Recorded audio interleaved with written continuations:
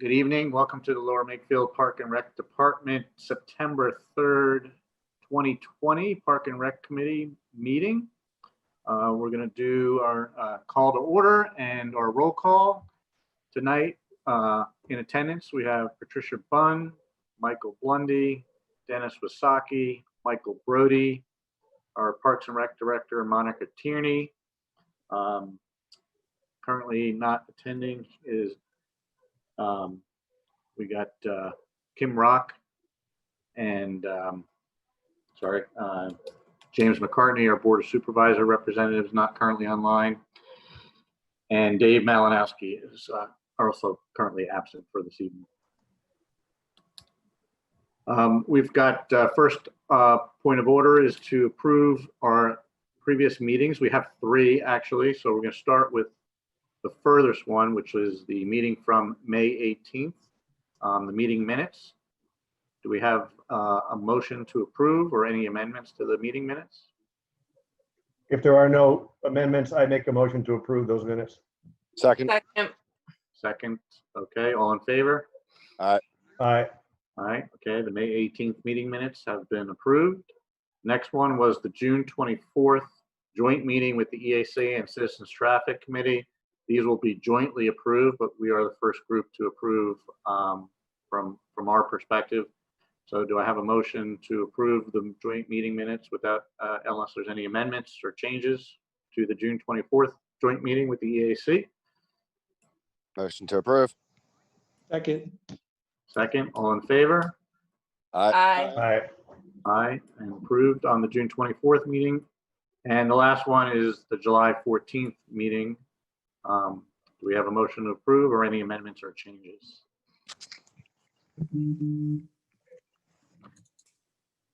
Make a motion to approve. Do you have any second? Second. Thank you, Trish. All in favor? Aye. Aye. Aye. All right. Our next agenda item, Monica, is our interns from Penn State. Actually, Doug, I'm sorry to interrupt. I forgot to put Boy Scouts on there. There is a Boy Scout presenting tonight. I believe he's here. All right, so we're going to shift gears. And what's the Boy Scout's name? Do you have that information, Monica? Justin, I guess, is the name. Welcome, Justin. Hi. How are you tonight? I'm good. How are you? Good. Welcome to the Park and Rec meeting. Appreciate you having you here to present your Boy Scout project to the group. Hopefully you're not intimidated by a Zoom meeting. It might not be as glamorous as being in person, but we're looking forward to hearing what you have to say tonight. And Steve, I guess that's your dad there joining also alongside you? It is, yeah. Okay, welcome, Steve. Appreciate it. So why don't you just give your full name, where you reside, what troop you are, and then you can go ahead and start with your presentation. All right. So I'm Justin Brown, obviously. I am a member of Troop 10, which is based in Yardley. And I'm proposing my project, which is to set up shading at the LMT dog park. So I actually have a slide presentation for that. Right here. Okay. So yeah, there's intro to the project. So the things I want to cover in this are first a project overview, which is basically just what the project is. And then I'll go over the project details, which is the materials and how I'll set it up and where I'll set it up and stuff like that. And then logistics, which is, costs and maintenance, as well as just how durable they are. And then I'll go over the costs, which is to me and then also fundraising. So first thing is, what exactly is the project? So, I'm sure as all of you know, since I'm sure you've seen the dog park, there's a very large area of it that is in direct sunlight. So the sun exposure is a little bit excessive. So what I'm planning on doing is installing either 1 or 2 sets of shade sails, which are large waterproof canvases that are held up by 4 steel poles, and the steel poles are held into the ground by cement and gravel. And Parking hopefully lot. sales will just be able to provide shade and comfort to, those who bring their dogs to the park. And one thing I want to say is the reason I say either one or two is setting up the shade sails isn't cheap, and I'm not sure exactly how much money I'll be able to raise. But if I'm able to raise enough money to set up two, I would preferably be able to set up two. So the details on the shade sails. So the company I decided to go with is Shade Sales LLC. They've been super helpful to me. And I spoke with them, and they recommended that I put up 12-foot by 16-foot rectangular sails. And so when I get those sails, it'll also come with a hardware kit, which that'll include like eye bolts and screws and stuff like that, everything for hanging the sails. However, they don't provide the seal poles themselves, but they did recommend the type of sail that I need to get that would be best for for setting up the sails. And then the type of sail is the Skyflips 320 series, which is made out of the 320 GM SQM weight cloth, which is very durable. And the low point, so there'll be two low points on the sails and two high points. And the low points are 8 feet off the ground, and the high points are 12 feet off the ground. So it should be fine for whoever wants to go under there. And I was thinking that the color of the sails should probably match the the color of the LMT logo, which is, I thought these two greens were similar, but ultimately that's up to the township to decide. So this is just like a couple different examples of what the sails might look like once they're set up. So the next thing that I want to talk about is the poles. So I decided to go with Ferguson Plumbing Supply to get the poles. And so the poles that are going to be purchased are going to be 21 feet tall. And unfortunately, I can't cut those in half, as the shortest length that I need is 12 foot. And, I would have liked to not have so much metal waste once we do cut them, but I tried a lot of different places for poles, and a lot of them didn't have the type of pole that I did need, which is 4-inch Schedule 40 galvanized steel. And this place also sold caps, and the poles do need to be capped on one end, because as they're set in concrete, if they get rained on and they're open on the one end, they'll fill with water, which is really bad for the structural integrity of the poles. So those caps should help with that. And the color will be black. It's not really controllable, but I think it should match the fence on the dog park pretty well. So the next thing is the building plan. So this is basically just, what the setup of these poles and sails will actually look like. So the first thing is that I need to dig post holes in the ground, and that can either be done with a post hole digger, which should work, and I can get that of no cost to me. But if digging the post holes proves to be, a difficult task, then I might rent an auger, but that's extra cost, but it's not a necessity. And then the next thing is the mixing of the cement, which should be done in a wheelbarrow with, a hoe or a shovel. And if it's too much cement to do that with, hopefully, we might have to get a rent of an electric cement mixer. But once again, just like the auger, that's not a necessity. And the next step after that is that I'll lay cement tubes in the ground, and then the poles will be placed in there, and then the bottom will be lined with gravel, and then the rest will be filled with cement, and then the outside of the poles will be backfilled with dirt. So then the poles need to be tilted back about 5 inches from plumb. And then once they're there, they'll need to be set overnight to let the cement dry. So the way I'll do that is by using 2x4s to keep them in place. And then the next day when we come back and the poles are set, we'll set up eye bolts with screws, and then we can hang the sails. So, and then it's set and done after that. So the location, I figured I'd put them right along the fence because there are benches there. And you'll notice that there's green and orange dots. So what I did here is I have the green dots representing high points, and then the orange dots representing low points. So most people are going to be at the park midday. So the sails should prevent against direct sunlight, but also the south end is where most of the heat comes from. So having the low point over there should help with keeping heat out as well. But it should provide a good amount of shade for everyone who wants to go under. And the maintenance, there's not much that needs to be done. besides that the sails need to be taken down every winter and stored. And the reason for that is just because having a lot of snow on the sails isn't good for their durability and making them last a while, because though they are waterproof, they're not meant to take a lot of weight. So, that would, give them a lot of wear and tear, which would make them not last as long. So the cost, so this is the cost for one set of sails, which is probably what I'm going to end up doing. But if I end up raising enough money to put up two, I will. And once again, so these costs are not a necessity, but I might end up doing that. So the fundraising plan is, I'm planning on using a program like GoFundMe to raise money for the project, as they're a nonprofit program, which means that I'm allowed to use them as a Boy Scout. And then, so hopefully I'll be able to raise enough money to get one, but any overages on the fundraising plan will go towards either putting up a second sail if I get enough money to put up two sails, or close to it, because my family could probably pay for the rest if I'm very close. But if I raise more than I need, but I'm still pretty far from two, the rest of that money can go back to the township and be used for the human cost of maintenance on the sails. And then, so yeah, that's basically the project. So I'm sure you guys might have some questions for me, so I'm open to answering those. Justin, really good presentation. Thank you. This is actually a question from Monica. Monica, do we have running water over there? Do we have water source?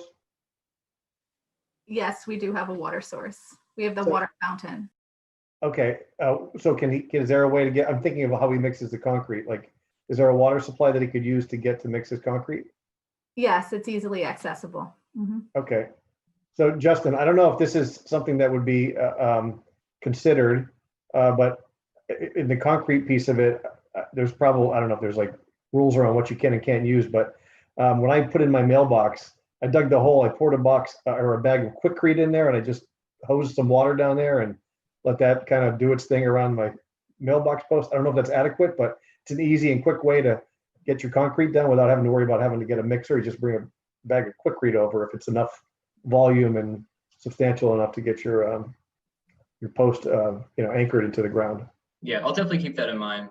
And secondly, I was going to ask you, that photo that you showed where you had the positions of the sails depicted on the diagram. Do you know what time of day that photo was? Because it looks like the sun was coming from the right side of that photo and casting a shadow to the left. And I don't know if that was part of your consideration when you were figuring out how to set the sails. It actually was not. That was just the time of the day that I found that photo in. Okay. But Dennis, I had that same concern. If we're going to put these in, we definitely need to somebody's got to go over there during the day, probably like now before it gets too far out of summer, so that we can have a better sense of where this should be positioned, so it actually provides shade to people at the dog park. Yeah, I would think the low part would be kind of the low pieces would be better served on the west side of the structure, because the afternoon sun would be the most intense, I would think, in the summer. So you probably want the most shade kind of from the setting sun, like when it gets past the peak. So whatever that is, I don't know. You can figure it out, or the township can figure it out. But we'll definitely keep that in mind. Yeah. And, Monica, has this been run by the Park and Rec? Not the Park and Rec, that's us. The Dog Park Fund or the Dog Park Committee? I don't think there is no more dog park committee. That was just a fundraising committee. Like, so Very good. we are the dog park committee. Very good. Great I did have a presentation. question, Monica and Justin. I don't know if you physically visited the site, but Monica, I know in the past year, like the part of the grass got really muddy, and in that, I'm not sure if the bench, where that bench is and where that shade is, if that is near that area, or and I haven't been there in a little while, so I don't know if that grass has grown back and whether or not that's an ideal location. If the dog's going to be sitting there, it's all muddy. Is there a different spot sorry, that's my dog making noise. Is there a different location? Granted, there's a bench there, but just curious based on the slope that's there and the ability to keep grass there. I agree with you. I see what you're saying. I think we'd have to take a real good look at where the final location ends up. We did have those extra trees planted out there too for some shade that aren't showing in that picture that he has. But I think it'd be a good way to kind of pull people into the park, because a lot of people hang out at the entrance, and that's why it gets so muddy like it does. I think we just need to kind of look at all the different angles. But I'd be glad to do that. Maybe take Jim Majewski out there to kind of assess best location. We also just want to make sure it's safe for the dogs too. Yeah, so I think if we could just, if I don't, again, physically walking and understanding, kind of marking where that poles will be so people can see, because as the dogs are running around, you'd start losing some space where they run, right? So just understanding how those poles, obviously they're not, I saw the dimensions, so they're what, 4 by 4, right? Yeah, 4 they're poles. 4 inches, yeah. Hey, rectangle, square or tubular?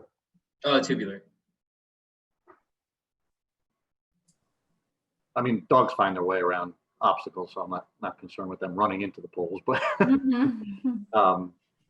but I think it's a great idea, obviously, in the heat of the summer, and just managing through where the other shade trees are currently located, figuring out where the best opportunity for that is. I don't know if that's something, Monica, else does something like this need to be shared with the people that live in that community? It doesn't appear that it's too high, but obviously when the pole, after the summer and the covering comes off, the sail comes off, obviously we'll have what is it, 12 feet high? Is that at the high point, right? Yeah, 12 feet. 12, so poles 12. Are they all 12 feet high, or one would be 12 and 8? They're all going to be same 12 and height. 8. 12 and 8.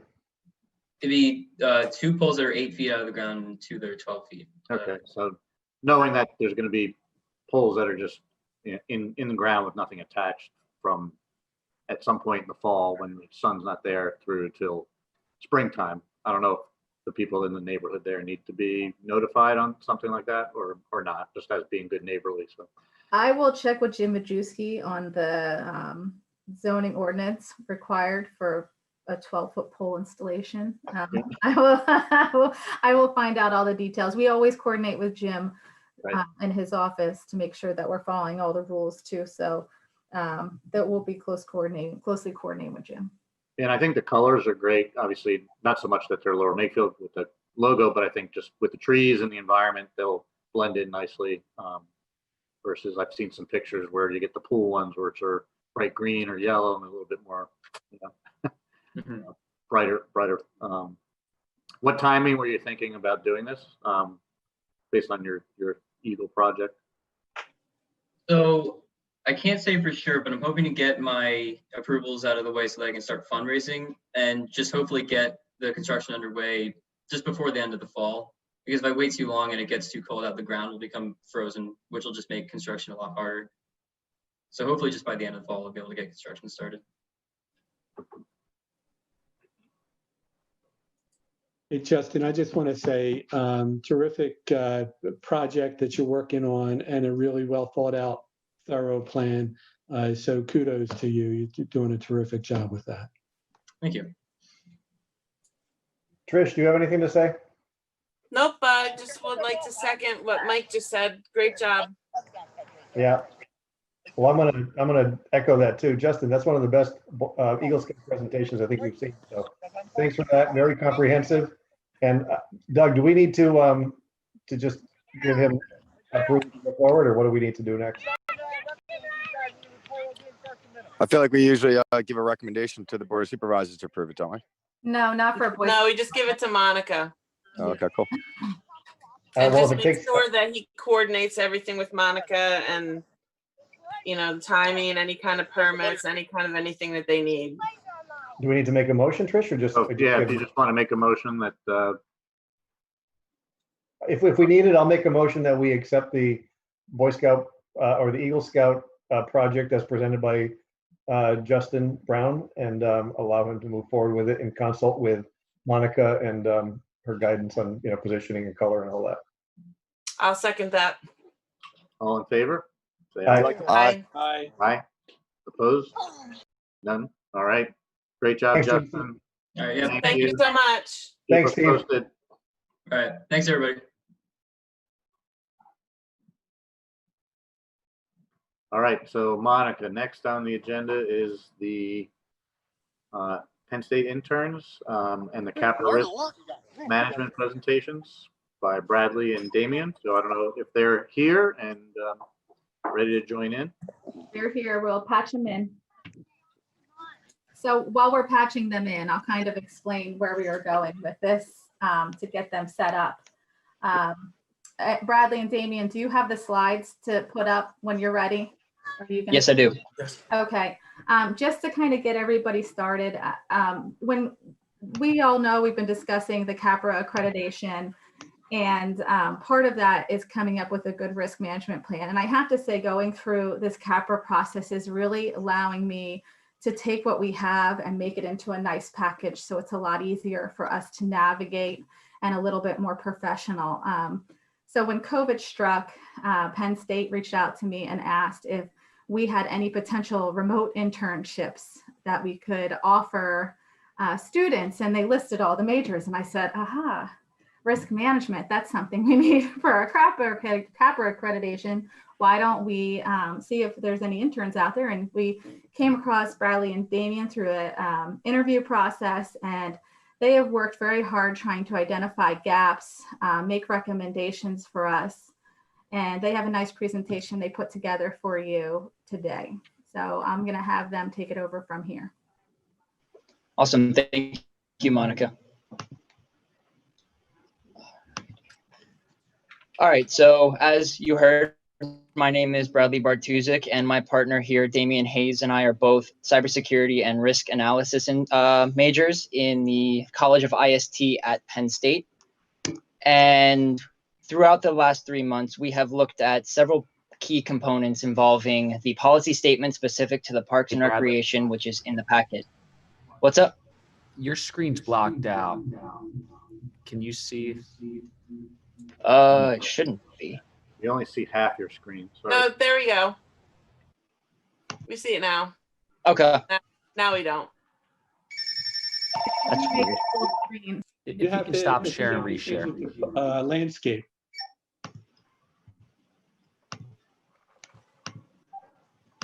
All right, we'll try this. Is that better? Nope. Bradley, I'll just try and share from my computer. I have it here. Let me see if I can do it. Okay. Slides.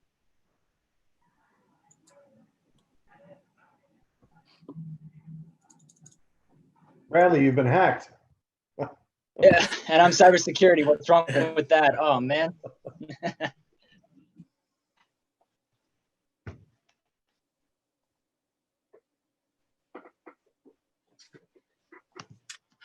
While she's figuring that out, Bradley, are you back at school now? Yes, I am. Everything is pretty much entirely remote. We each have probably one class that's on campus. Mhm. But I mean, they have randomly selected COVID tests that happen almost, I think, once every 2 weeks. And so from what I understand, like medically, Penn State is an experiment that they're using with a grant where they're trying to see what sociology is like with a pandemic. Oh, okay. Because my daughter's there, and my son graduated from the College of IST in cybersecurity 2 years ago. Oh, okay. So I know you're getting a great education. Yeah. So Monica, we're seeing, I just see like there's just a blank square now.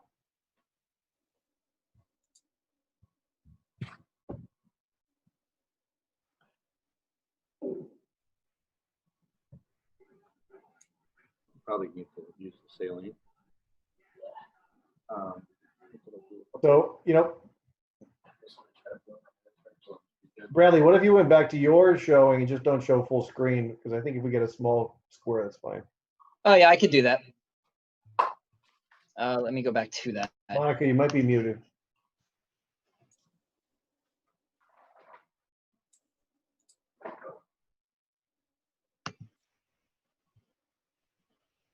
All right, am I out now? And it's Bradley. Bradley, if you can share just that document, we're seeing your desktop here again. Like we're actually Oh, seeing that's the call okay. instead of the Zoom call. Okay. That'll work. Just leave it like that. Yeah, that's Okay, fantastic. Yeah, Sorry it's for the just- yeah. technical difficulties there. All right. So to begin again, my name is Bradley Bartuzik, and my partner Damian Hayes here have been, for the last 3 months, conducting a risk analysis for the Parks and Recreation of LMT. And the 4 things that we looked on through the last 3 months include the policy statement specific to the Parks and Recreation, which is in the packet that was given out. The Parks and Recreation Risk Management Plan, which is currently being reviewed. And the 2 things we're going to be focusing on today in this presentation are the adjustments in rules and regulations and better documentation for inspections and maintenance. So the scope of the analysis, we'll go with a bottom line upfront mentality here. LMT does a great job in regards to risk management policies. However, there are a few things that we identified that, if considered, could bring the Parks and Recreation team more success with risk management. These include the following: the pool analysis, the dog park analysis, and the playground analysis. To begin, I will talk about the pool analysis itself. One of the great things that LMT has been doing so far is the deep water test, and they have implemented the dual color bands, which is a brand new policy from what we've gathered. The things that we saw with that, after we interviewed the pool manager, was the high risk in slide ball. We saw that there was roughly 25 rescues a day, and a majority of those are children area where the current is too strong for them. Another thing that we talked about with the pool manager was reevaluating the chemical handling policy and training, and the improvement of maintenance logs in regards to those chemicals itself, because we know that if a pool gets into a situation where there's too much chlorine in the water, that could be harmful to the people who are swimming inside of it. Another thing that we talked about, and this scenario itself is also a part of the recreation center plan, which is also in the CAPRA assessment, is an active shooter scenario. Just in the rare occurrence that could happen, we talked to the pool manager about this as well, and she was talking about the idea of breakaway locks for the rare event of an active shooter. And we looked at that and we analyzed the pros and cons to both. You know, with breakaway locks, people can get in when they don't want to, but at the same time, in this situation, the active shooter scenario, there's only 2 entrances from what I understand to the pool, and there's several gates to the area. So what she was recommending was the idea of utilizing breakaway locks at those gates. Another thing that was brought up was the idea that people are bringing alcohol into the pool. And the way to avoid that would be similar to what I think the Philadelphia Eagles do with their football stadium, which is only clear bags and cups to avoid alcohol in that scenario. And in the next couple of slides, we're going to be showing some visual analytic models that involve poolside related injuries. All of that data comes from the Consumer Product Safety Commission, also known as the CPSC. So here, hopefully I could zoom in a little bit. I guess not. So the graphs here that we created using the Tableau software analyzes what the likelihood of a specific type of serious injury could occur. Now, there were hundreds of these types of injuries. However, we looked at primarily the ones that were either A, most common, or B, most lethal. And this was conducted in 2019 and early 2020 in all pools in the entire country. So we were looking at the statistics and probability of someone getting injured at a pool. We found that and it makes the most sense, that submersion/drownings were the most common in a pool because it's a pool. But the ones that we found that were interesting were the lacerations of the head, hemorrhages in the eyes and the neck, and so on and so forth, with some of those more lethal / damaging injuries that can also cause contamination in the water if someone were to be lacerated in some sort. This next one is a similar model to the last graphic. However, this one follows more in depth of what the types of injuries could be. And as you see, the actual skewed lines of the graphs itself are dramatically higher. So we see that in this part of 2020, the submersions were significantly lower, but we also have to take into consideration that we had less data, and with the whole pandemic, people weren't going to pools and so on and so forth.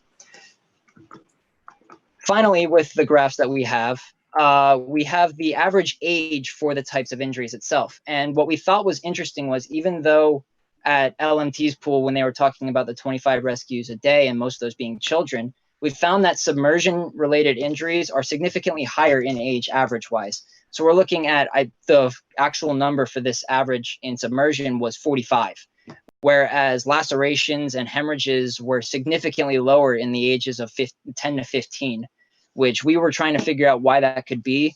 With the lacerations and the scrapes and so forth, we saw that was probably from people running across a pool edge.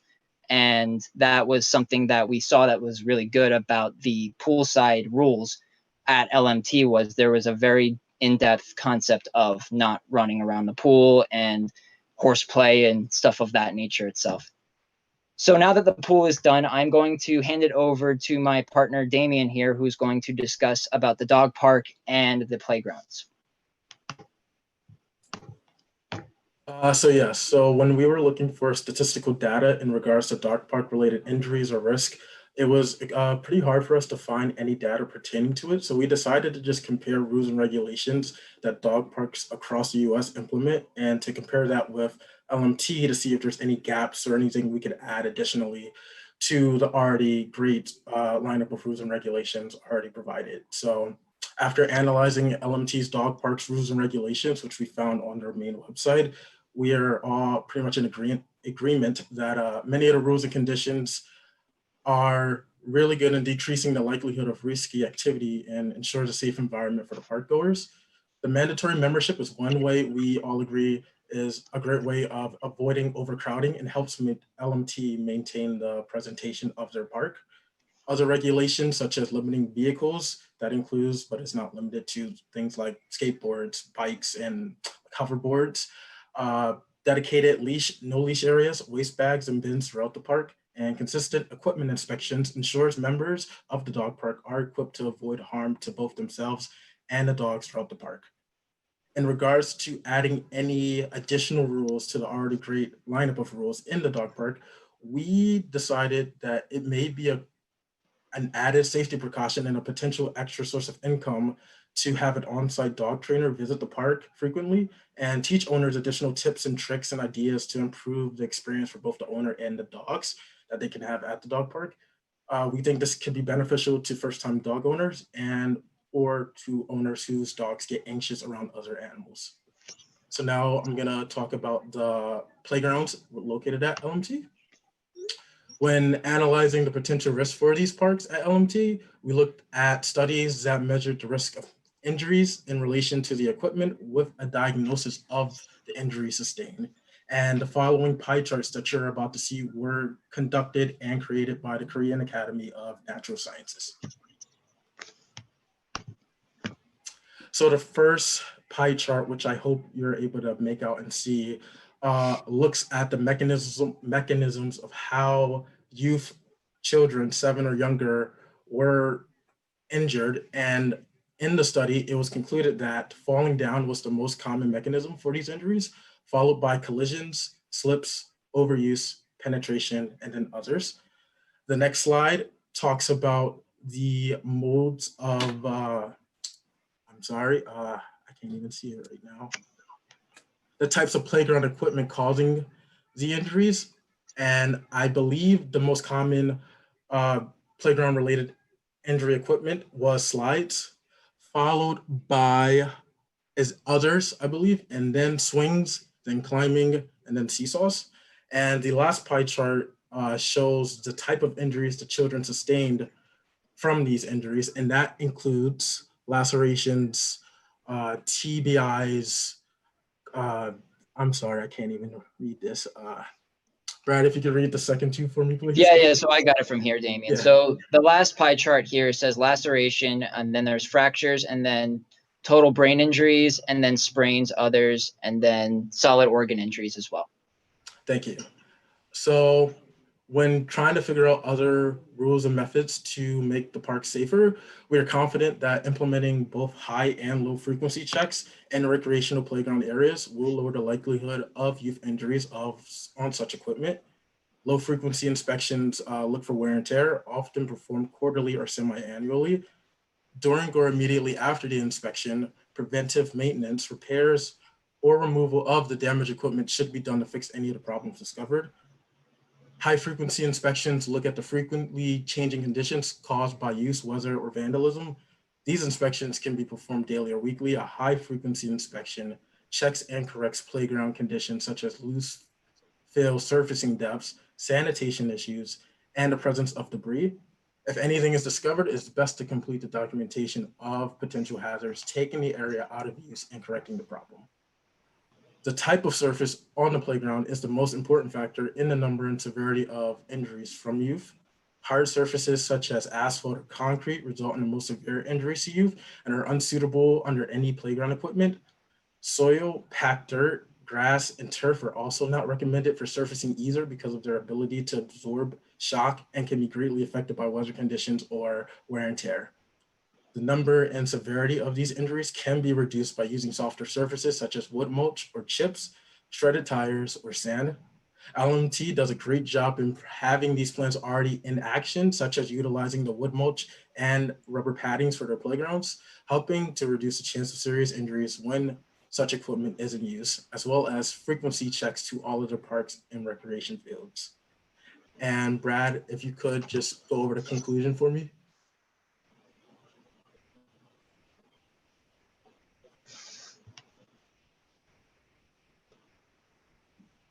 Brad?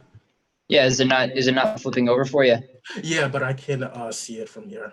All right, so I'll read it for you then. So Yeah, while thank you. Lower Makefield Township does several things well, there is room for improvement. By implementing the policy statement and risk management plan, in addition to adjusting some rules and adding better documentation for inspection and maintenance, we believe that LMT will provide the best service to the community and its staff. And just to sum that up real quick, again, when we looked over all the three biggest risks associated with the parks, LMT does a really great job and already implementing rules and regulations to minimize those risks. And for us, coming up with solutions was actually quite difficult because it was pretty well thought out already for most of your most severe or risky areas. So if you have any questions following, we would be happy to answer. I have a question. Damien, when you were, this is back to the dog park piece of your presentation. When you were talking about the trainer, what did you envision with the trainer? Because you said it was having a trainer available was like a potential revenue generator?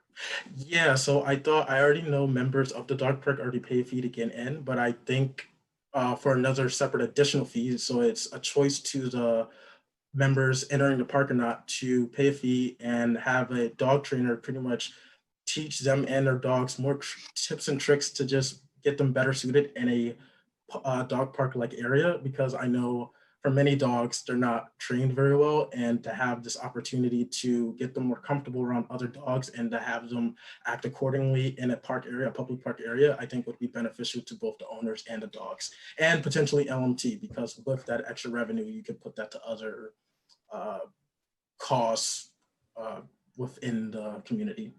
Was there another park in your comparisons that led you to that recommendation, or? Honestly, no, that was just something me and Brad came up off the top of our heads just to, we did read a lot of information, and I know LMT has guidelines in regards to untrained dogs or dogs unfamiliar with interacting with other dogs going into the dog park, and y'all do recommend maybe holding those type of dogs back from entering the park initially. But I think using this method of having a dog trainer on site encourages people to come to the park who may have been skeptical to bring their dog initially to this environment after reading those regulations.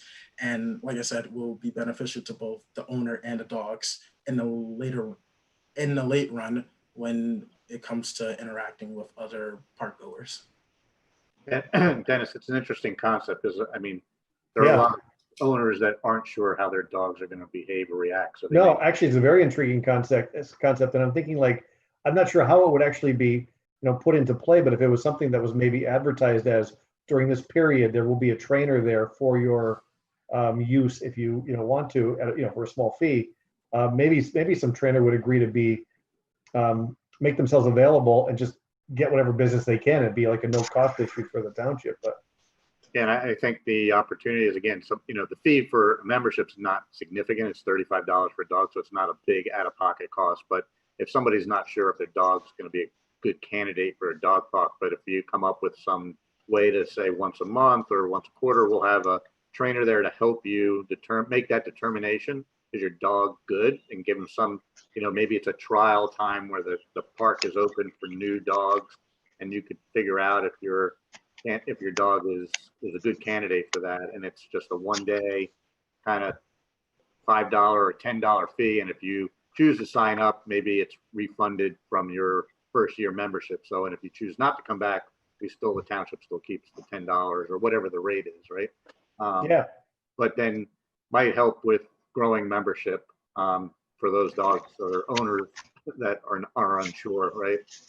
Yeah, I also think maybe there's a potential for someone who would think they could maybe drum up additional business like downstream for dog training to go there, offer their services at, for periods of time, just to say, hey, I'll help you while your dog's there. But by the way, if you want more training, here's my card.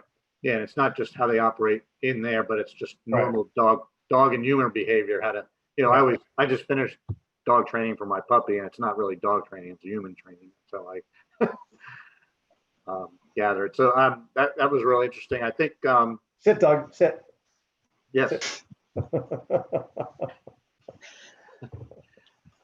Interesting on the playgrounds, Monica. I think that kind of what they talked about with maintenance. I know in our budget you have some money set aside for the Memorial Park, and I know with our staff, curious if I can't recall, but I know there's signs up about reporting, the equipment and how often today do our staff review the equipment at the parks? I know they have probably a spring check and maybe a fall check, but maybe if you could just update the staff like today, what that cadence is, right? Well, to be honest with you, you're right. We have 2 a year that we do that are real serious. And I think that's something that we could do. I mean, as part of CAPRA, we're also putting together a whole maintenance plan. So this kind of couples with that a little bit.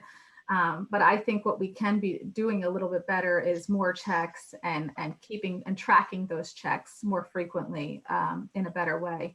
I have to say, we do a lot of things for risk management. We have assessments from our insurer where they come out once a year and they inspect also in addition to our staff.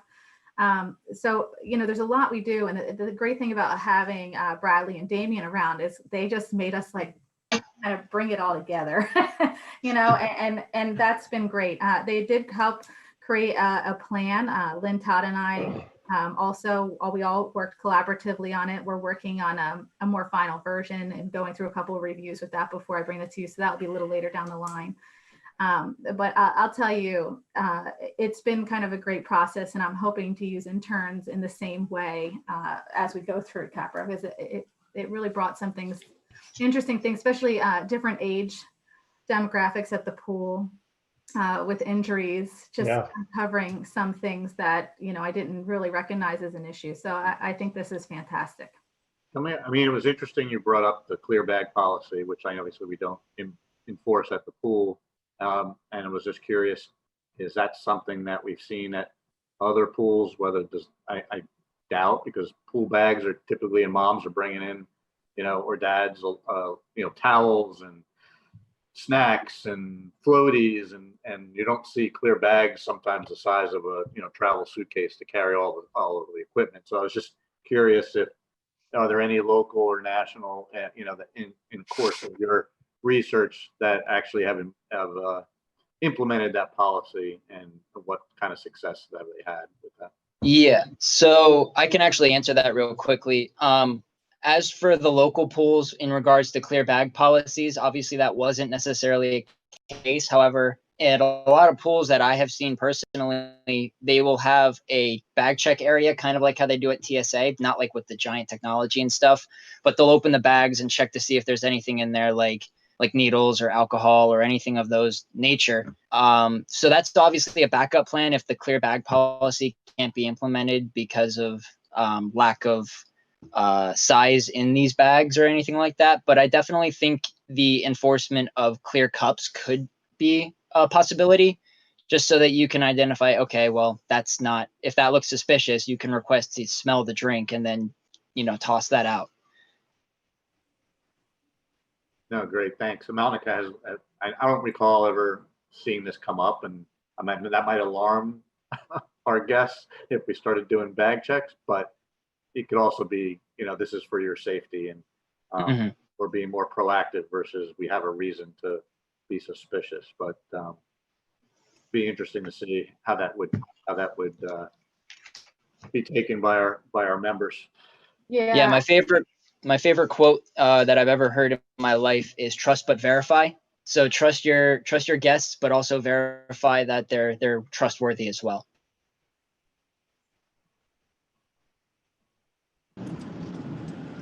I got some questions. In the pool data for that, or is the pool data that you used all pools, including like personal pools and family pools? They are not. They are public pools across the United States. So, I mean, like, my concern is people who come to this pool. I'm an active family member with young kids that uses this pool. We go and spend 5, 6, 7 hours at the pool, not allowing to bring some degree of a thermos, some degree of a cold keeping bag into the pool area. I think you'd have mutiny. I'd like to know a little bit more data. I mean, I know we're not going to always be a dry town, but we're a dry town, and obviously a dry pool. And I'd like to, I can imagine 4th of July parties skew that data drastically. I'd love to know what the historical data of the pool and drinking related accidents at the pool is. We've already alienated age groups based off risk assessments. And I think to alienate families who come and don't, and it's the pool's the best deal in town by far, and to implement something that would ultimately lead to people not being able to stay as long or have to go spend money at my good friend the Cecilia's fine eatery, it would bring me great pause and concern. Well, Mike, I just want to make sure that we're all clear here. Bradley and Damien did an analysis of our procedures. This was something that came up. It's not something that's final. The alcohol was a thing, so they came up with a couple ideas. That doesn't mean that this is totally get it. I said, let me take a step back and say, I think the assessment of what you guys did was phenomenal, and I think you're raising very good points.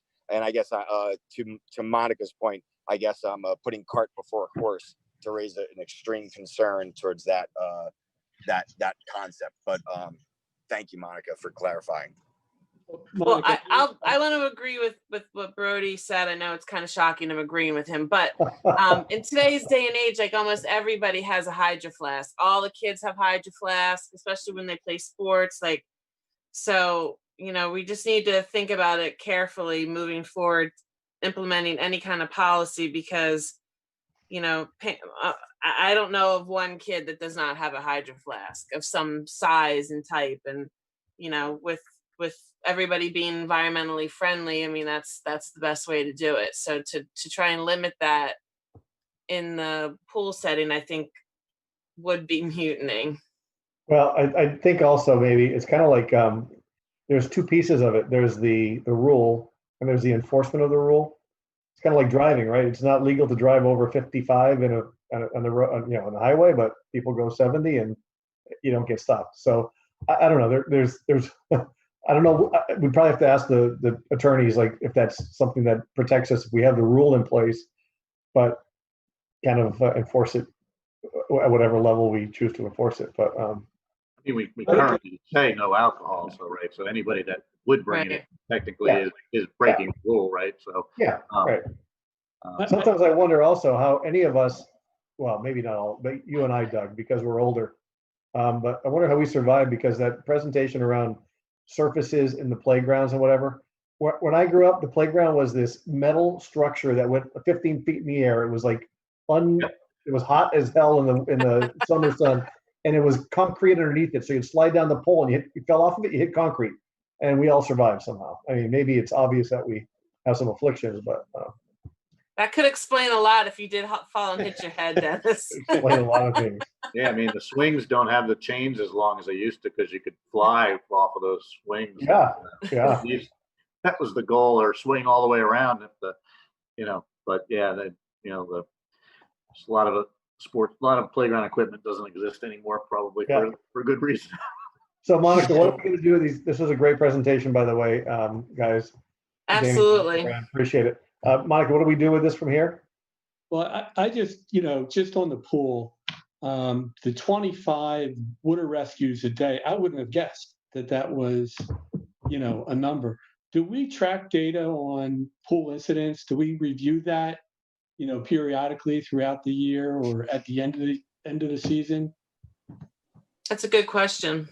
We track it. I have never reported it to the board. We track it and we try to make adjustments based on what we find throughout the year. But it's not that I couldn't do that in the future. Maybe like a once a year report, or once a month report or something during the summer. I'd be glad to add that as something. I think reviewing something like last year's accidents prior to the pool opening with the board, and then, how are you going to address it going forward for the coming year? Yeah. Yeah, I mean, if there's granular data, like if there's 25 rescues a day, or is 80% of them in a certain pool or a certain location, is there a way to identify like ways to mitigate some of those incidents? So if there's some consistency or pattern that you can identify. So I don't know, like when they record that, like what details are they recording? So at least having some sense of what information's given to report back, like then you can make some determinations, like are there something actionable from the information? Like if it's just hey, here's the information and it's the small pool, like, but if there's, I don't know what they capture today. So to Mike's point, like maybe just give us last year's data, because there's nothing from this year or the year before. And then what should we be looking at? Is there something else that's not being captured that help make something more actionable in 2021? Yeah, that's a good point. Good. There's some data. Should put it to use if we can, if it helps us. I think just, pool safety, just letting parents know if the rescues, I'm thinking they're kids and not, primarily adults, but primarily kids, just letting them know, hey, last year we had, a couple hundred, so, and I know our lifeguards do a phenomenal job with, protecting our, pool users. But letting the people know what. Yeah. Hey, Monica, do the insurance companies look at the pool stuff too, like they do the other things? Yes, they do. So let me just clear up some things here. For our lifeguards, it's their primary responsibility to prevent. So that's why we have a lot of these rules in place that we implement now. A rescue that they're talking about is not someone necessarily drowning in the water. It's someone struggling before they get to that place. So I just want to be clear that these 25 rescues might not be someone like floating in the water. It's I don't want you to think that that's what's happening at our pool. We don't get to that place. When he's saying a rescue, it means that the lifeguard may have had to jump in and assist. And that is also considered a rescue. So I'm guessing too, they probably err on the side of like safety. So if even if the person isn't struggling, but maybe appears to be struggling, they're in the water. And that gets counted as an assist. Yeah. No, and I agree, that's great information, but like if you get understand what pools are happening in what locations, then whether it might be in the diving area versus in the small kids pool, like then then you can modify your communication to the right people. Or how many of those saves were on Brody? We did speak to management, actually. We actually did speak to a manager who works at the pool pretty frequently, and correct me if I'm wrong, Brett, but they did state that most of these incidents occur on the slide. Once the kids drop off the slide, they have a better struggle from the current getting back to the, what do they call it? The ladder. Yeah. So that's primarily where most of these incidents are occurring, the slide, not the diving board. Okay. Good to know. Yeah, so I mean, we do track data internally. We review it every year and we try to make adjustments. So the wristband when water test last year was something that we changed, whether you're allowed to use the diving board or the slide. We're adjusting that even further to make it even better as we move forward. So that's something we recognize. And then Damien and Bradley also recognize that it was a problem. So that is something we will be addressing for the 2021 season, trying to improve that. So we do look at the data. I'd be glad to share it with the board if that is something that you would, I'd more formalize it for you. But yeah, I mean, I'd be glad to share whatever information you'd be interested in. Great. Anybody Is, else? is that something that we can share with the public? I mean, everything is open record to the public. So, Well, I mean, the reason why I'm bringing that up is, you know, we had quite a bit of backlash, and you know, if you look at the Lower Makefield's Great Place to Live site, we're still getting backlash about the pool, and people are speculating that we're not going to open again next year. And so maybe if we shared some information, I don't know, maybe it would be helpful. I mean, I'd be glad to share information. Yeah. I'm never holding back, you know, but and we can kind of talk and hash out what it is that you want to put together, or what you prefer in a report, and we can fine tune that just like we have with some of the other things we do. So Yeah. I'd be glad to share. I mean, we've never shared that kind of information before in the past, but you know, everything is like so different now. So I feel like maybe we could share some stuff moving forward. Sure. Well, also, I'm going to say with Trish, with Capra in general, and I know I'm Capra because I think it's fantastic. But when this whole project is done, there will be a link on our site to it, and every document that we have in Parks and Rec, all of our numbers and data, this report, everything will be linked to the Capra document. You can click by chapter, click by document. You'll be able to see everything on our website after this is all done. So Cool. It's a really true, transparent way to show how we operate our operations, and you know, it's just it'll all be right up there on the website. Yeah, I think it will help people understand like the foundation for some of the policy. If there's changes in policies or procedures based on that, they get to see the foundation of those changes. Well, that, and I think especially like if we can come up with a document, you know, before the start of the year, just showing like a timeline on what it takes to get the pool open, because I still feel like people don't understand what a tremendous undertaking it is before the first person walks through that door. And, you know, maybe if they had the data in front of them, they would have a better understanding and be less critical. You know, all of it, I could make anything available, whatever.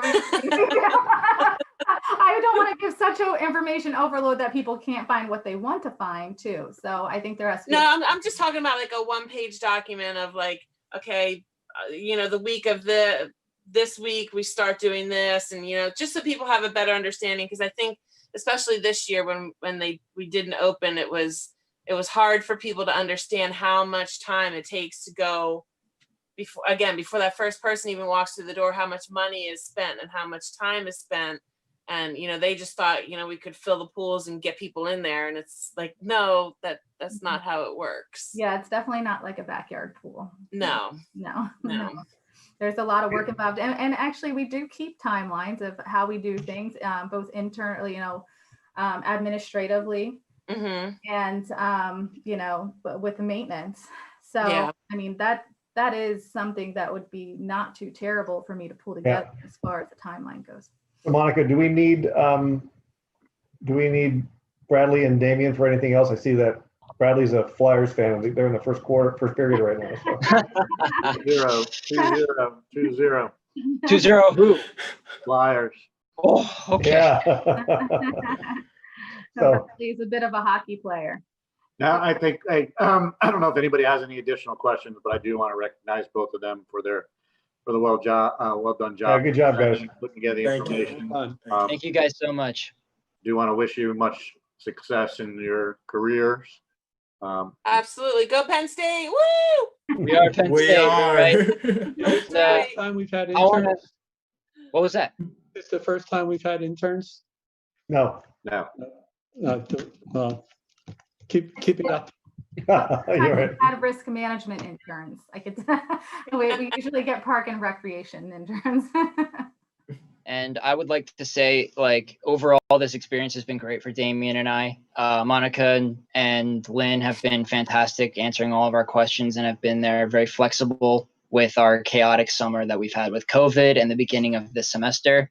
I think it's safe to say for both Damien and I that we have learned a lot based on documentation, organization, and implementation for our fields in the future. So I think this was a great experience and a great first time around for risk management in LMT. Pass on the good word to the Penn State, Yeah. the people over there about how good it is to work with LMT. Thanks, guys. Good luck. Thank you so much. Thank you so Guys. much. Yep, thank you. Guys. Thank you. Enjoy the rest of your night, guys. You All right, too. Yeah, you too. So next on the agenda is our budget review. I know Monica sent out some materials. Obviously, 2021 and 2020 has been obviously a challenging year, and she'll cover top line on that, and what 2021 should look like or could look like.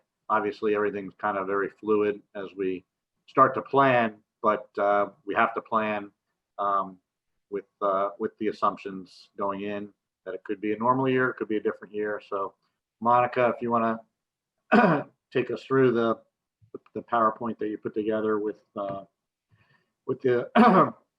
preliminary budget and some of the key projects that we have moving forward. Okay, Hey, Monica, I need to drop off. So if there's anything like important that I need to know about. Will we have a quorum? Do we have 4? We have 4. Yeah. Myself, Michael, 2 Michaels, and Dennis. Okay. There are things that I love to talk to you, Trish, but I can't pull it together for you that. All right. Well, I mean, we can chat tomorrow or next week or. Yeah, we can catch up anytime. I can go Okay. in a separate Zoom with you if you want. Okay, that would be great. Yeah, I'd be glad to do that. All right. Bye, guys. Thank Bye, you, Trish. Good to see you, Trish. Thank you. Bye-bye. Bye. Bye. Okay, so I'm going to, for some reason, this won't let me present. Can you all see my screen? Yes.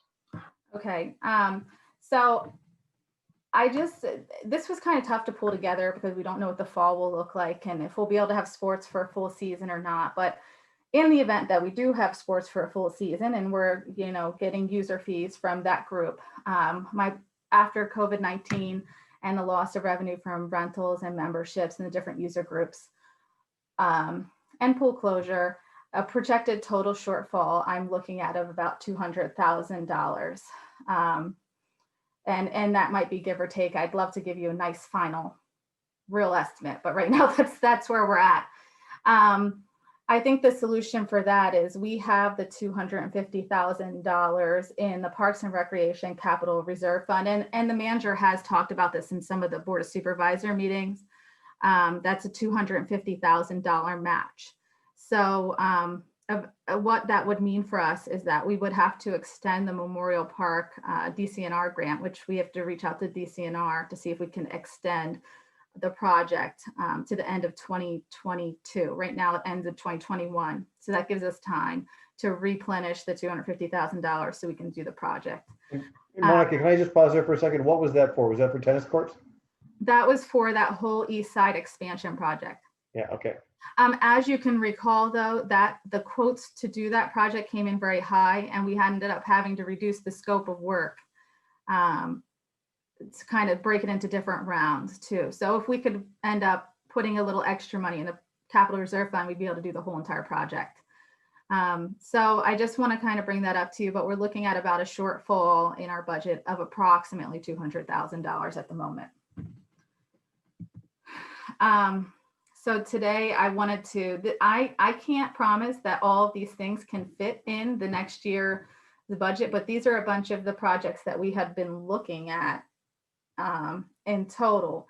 And I wanted to see if a prioritization maybe from the board so that when I'm putting the budget together, I can make sure that the important projects to you are in there. I think coming up here in the near future,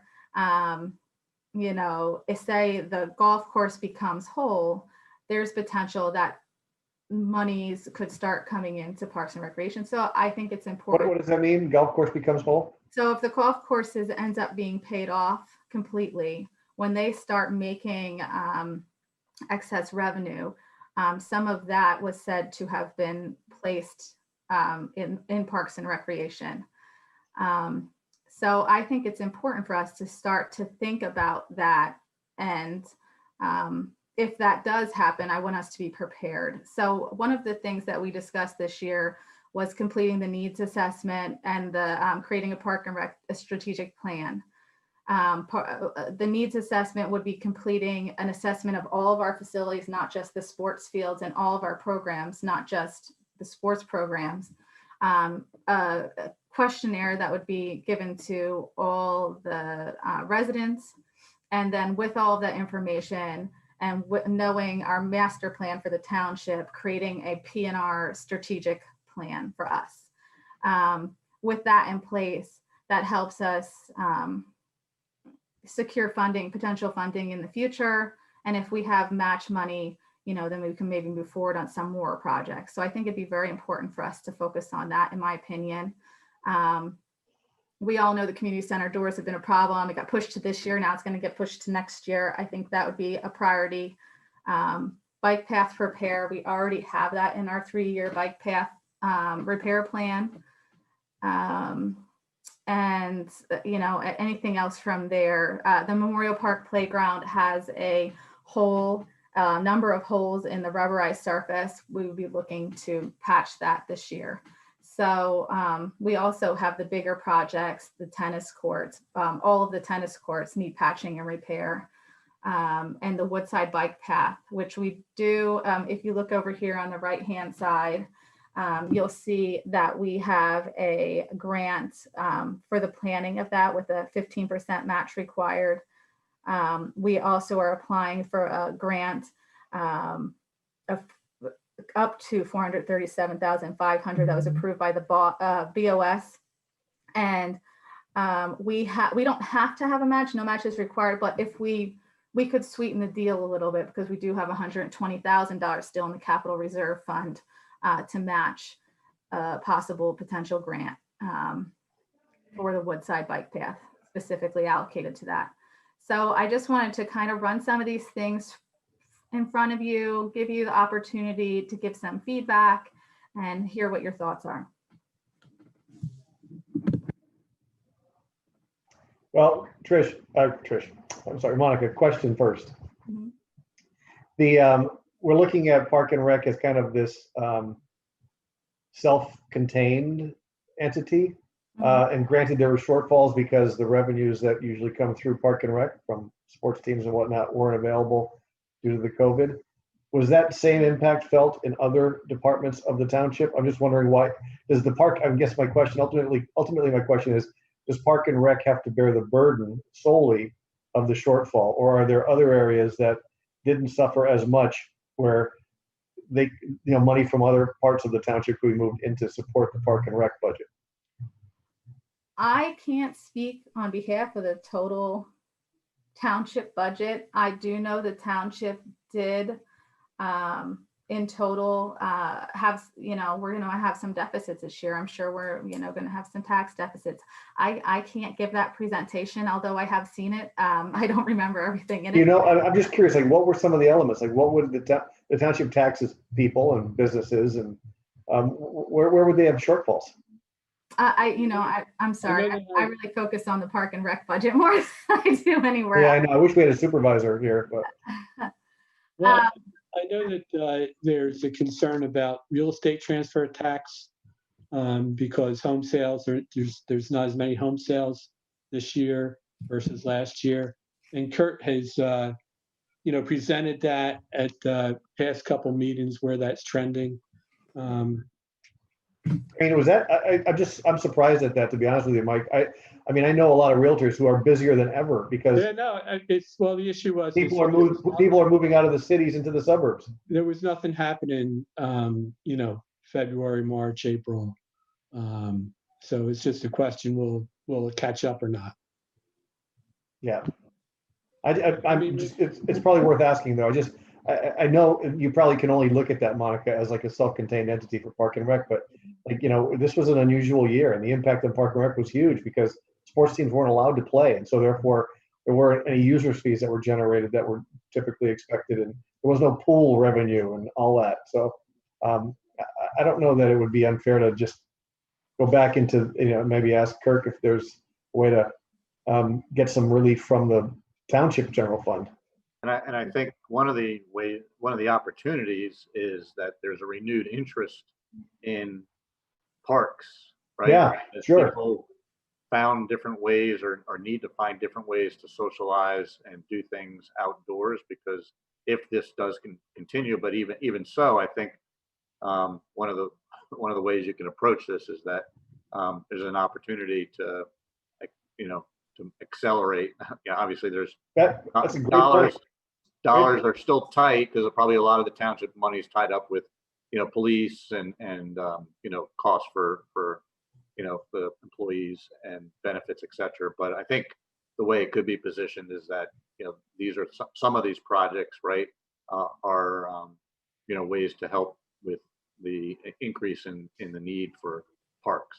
That's a great point, Doug. Actually, I really think that's true. It's not just a made up story. I think people have kind of, reconnected with just walking with their family or biking or going to the parks and stuff that they were allowed to do in this COVID time. So before I would feel comfortable kind of taking, haircuts anywhere here, I would argue that we probably have grounds for asking for more money, a bigger budget in Park and Rec to do more of these things that the community actually needs during these times.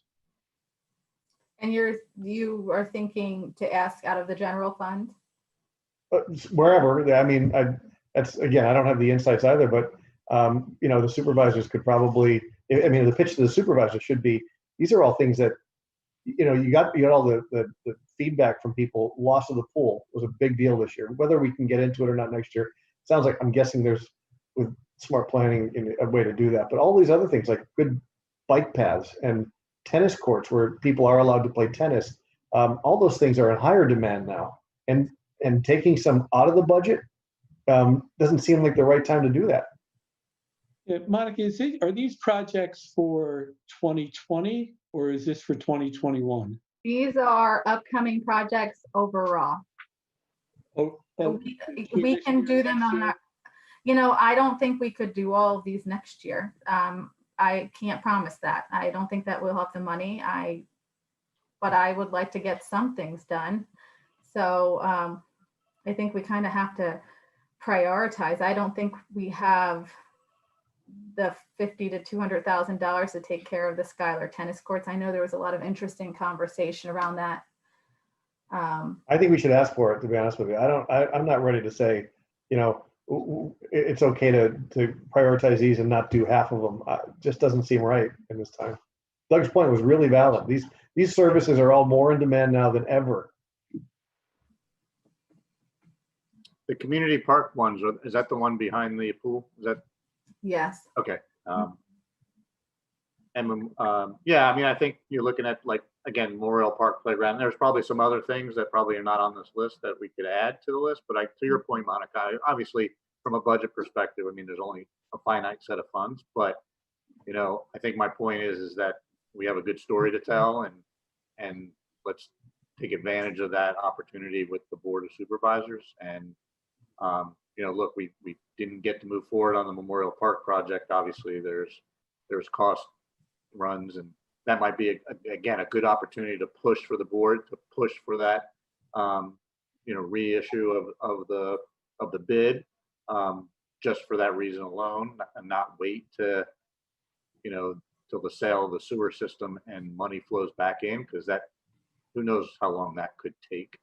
Even though it was approved, that could still get held back up in court. So I'd rather err on the side of, hey, these are still important projects, and now more than ever. So is there a way we can still put that thing back out to bid and see if we can get a more palatable cost? But that's up to the Board of Supervisors. That's not our decision. But I guess I feel like we need more information But if you're saying that this stuff, not everything can be done, I think repairing the things that are broken should be done first, as opposed to starting new projects that aren't, like we don't have, the Memorial Park project would be installing new stuff that we don't have currently. I'd rather see getting the stuff that's broken fixed. I think, Michael, that's a good point. I agree with Mike in principle, but I would say maybe on a greater principle, I'm not ready to say that all these shouldn't be done. I think we probably have to put that argument up first. I agree. No, I agree. Hey, Monica, the needs assessment, Mhm. that would be hiring somebody to do that for us? Yeah, we had half of the needs assessment complete for the sports assessment for when we were looking at the value of snipes. So yeah, that would be bringing in an outside non-biased company to do a full complete needs assessment for us. And to be honest, 30,000 might be light. It is a general, that might be a little low. There's a number of grants out there that you can get for this type of thing. I'm hoping to apply for a grant in April, if at all possible, to be able to offset this cost in whatever way it can. And then the needs assessment will allow us to do, is that like a stepping stone to getting more grants? Yeah. So if you have a complete needs assessment, that includes community involvement, so things like the survey, and you can create a long-term strategic plan.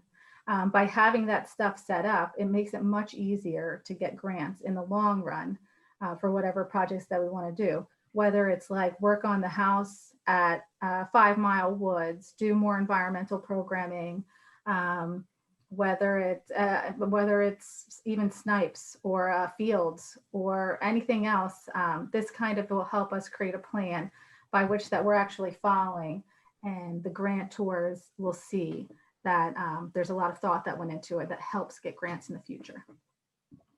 So Monica, I know you talked about prioritizing. What do you need from us? Do you want us to just send you back our feedback? I don't know if you want to rank them now, but I mean, if everybody wants to take an opportunity, they've got the material.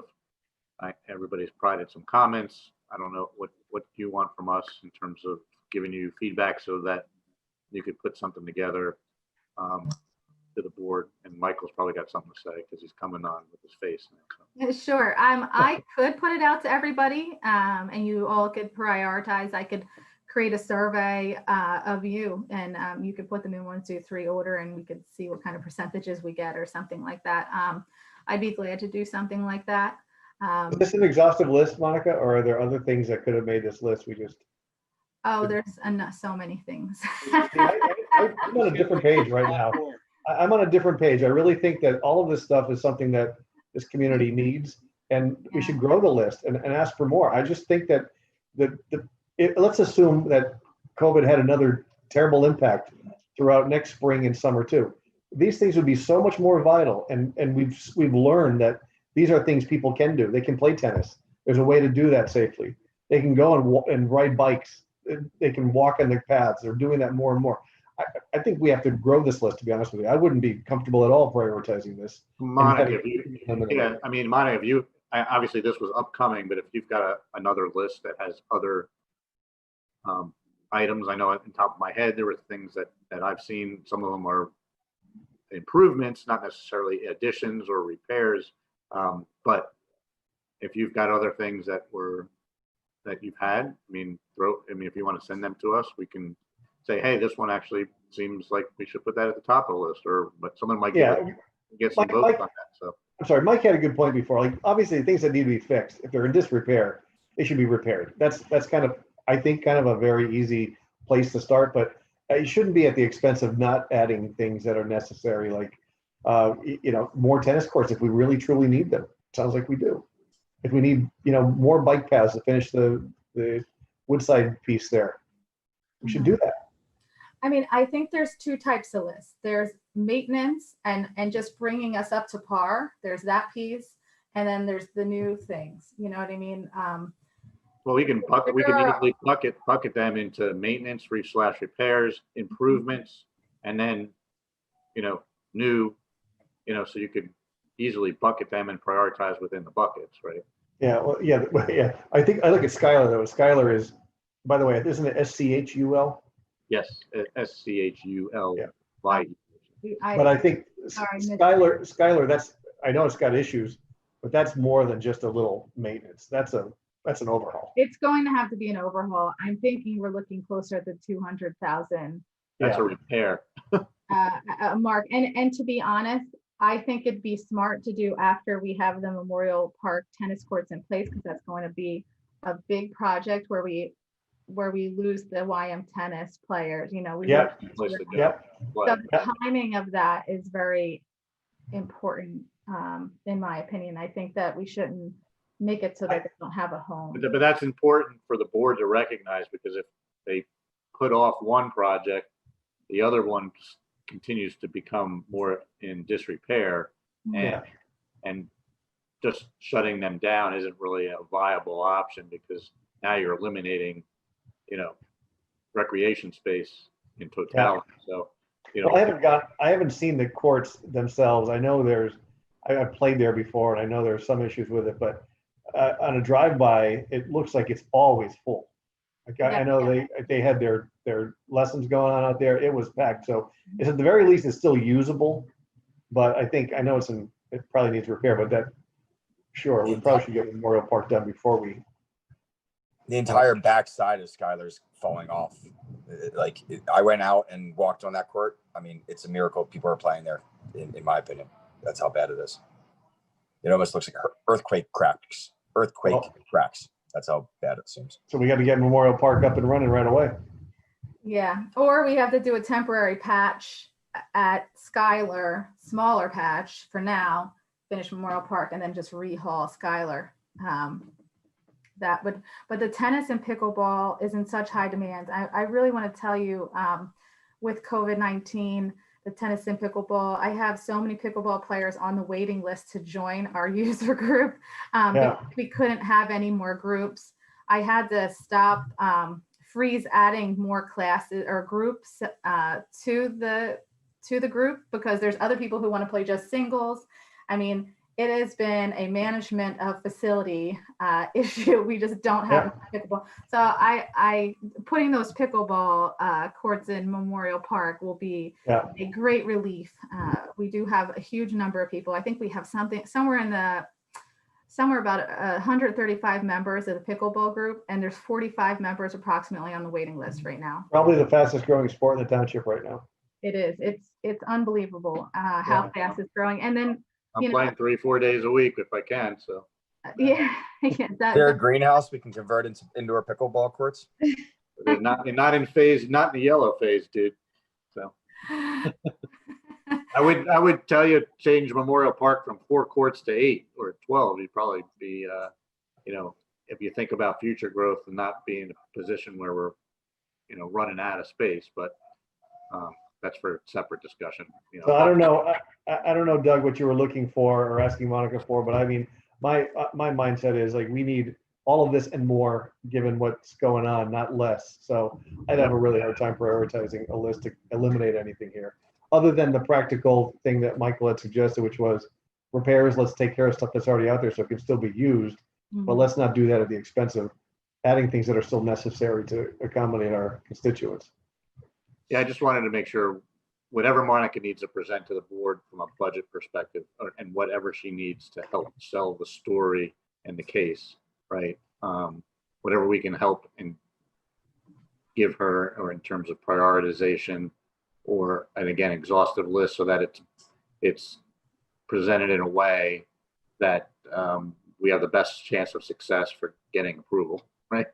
Well, you got real evidence. You got hard evidence of stuff getting used because it was those kinds of things. Like, like golf was one of the first sports that was COVID friendly because they could do it without violating any of the social distancing stuff. But tennis quickly followed, and biking and walking. I cannot tell you. I mean, I love it. I love seeing what's going on in communities. If there is a silver lining that, families are out there doing stuff kind of just around their neighborhoods now. And so bike paths, tennis courts, golf courses, all those things, so much more. And I think it's going to be a habit that people are going to get used to be honest with you, COVID or not. I have a question on the assessments, on the assessment. What did we pay for our previous assessment on the sports fields? I want to say it was in the ballpark of about, I don't know offhand, I'm estimating. So I want to say that, but I think it was in the ballpark of about 16,000. Yeah, I felt like I had 18 in my head. So at least we're in the same ballpark there. So you would, so, I mean, and that was just the sports fields. So if this is a full PNR, I guess double, I guess that's roughly double. So maybe that's in line. I don't know. I mean, I agree with Dennis in terms of desire, I guess.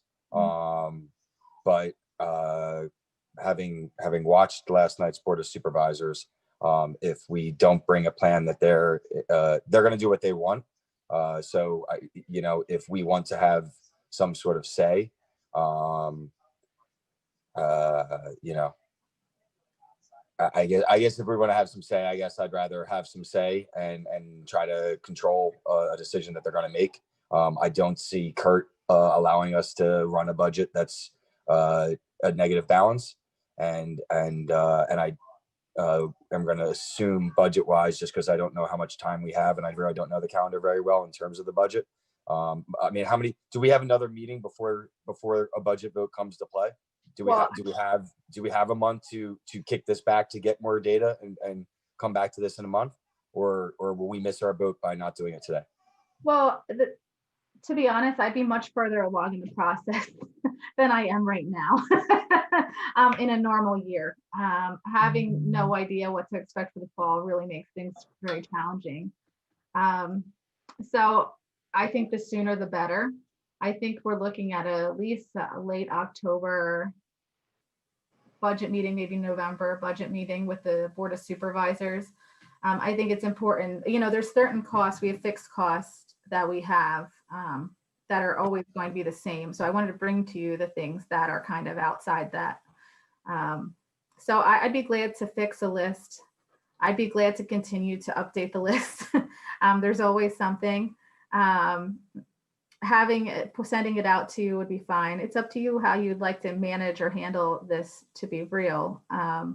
I would prioritize a needs assessment and a PNR strategic plan, because that also will identify things that we need to spend in the future in a way that involves the community. But you know, other than that, how you want to handle this, I'm okay. I mean, the $22,000 is an absolute need. The Memorial Park Playground, I would say, is an absolute need. The community doors, that has to get done. And I would say the strategic plan are like my top four that I would right now. I mean, I know, sorry, Monica. Go ahead. I was just gonna say, I mean, I know for me, the one, to me, there's a standout one that like would be, if I'm gonna make a cut to make something work, I mean, to me, it's the Woodside bike path.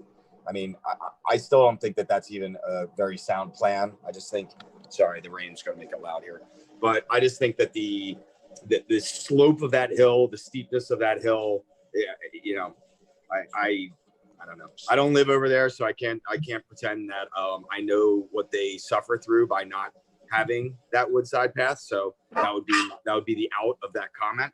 But I still think that in terms of the majority of families, I just have a very hard time believing that non-serious bike riders are going to be bombing Woodside Road into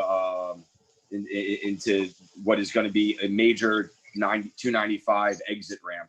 Well, I think, hey Brody, I think the serious bike riders use the road. They don't even use the paths. So. But that's a good point too. That line item in particular, Monica, is the 437 grant, is that part of the 625? Yes.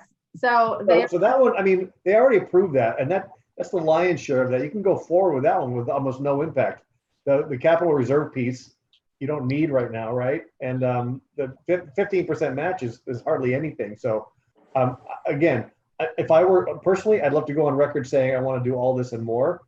and I know the supervisors are going to do what they want to do, but I think we can educate them with like maybe things that were discussed today, like having maybe a step approach to the tennis court so that Skylar gets repaired, Memorial Park gets done quickly, so that Skylar can be then done in its fullness without having a depletion of tennis facilities for the township. But I would also add to the list. I think I would like to go on record saying we need some help beyond what's here financially, and I don't know if the board feels the same way as I do, but that's the way I want to go on record. I'm 100% aligned with you, Dennis. I mean, I'd rather go in and ask for, the moon and the stars and let them come back and tell us no. Ask for 100 and get 75 or whatever the number is. If we have to ask for $500,000 and whatever the right number is, but I think there's a case for these projects and more. And again, the demand is there. We've already, look, as Michael said, they're going to bigger than ever. Yeah. Would it be favorable to you guys if we put that notion forward with a, we majorly disagree with it, but a prioritization backup so we still have a voice if they're not willing to wait one more meeting before we have that discussion? Yeah, well, I think the prioritization backup. I'm sorry, I was just gonna say I'm also willing to meet intra-meeting to, come back if they need it that soon.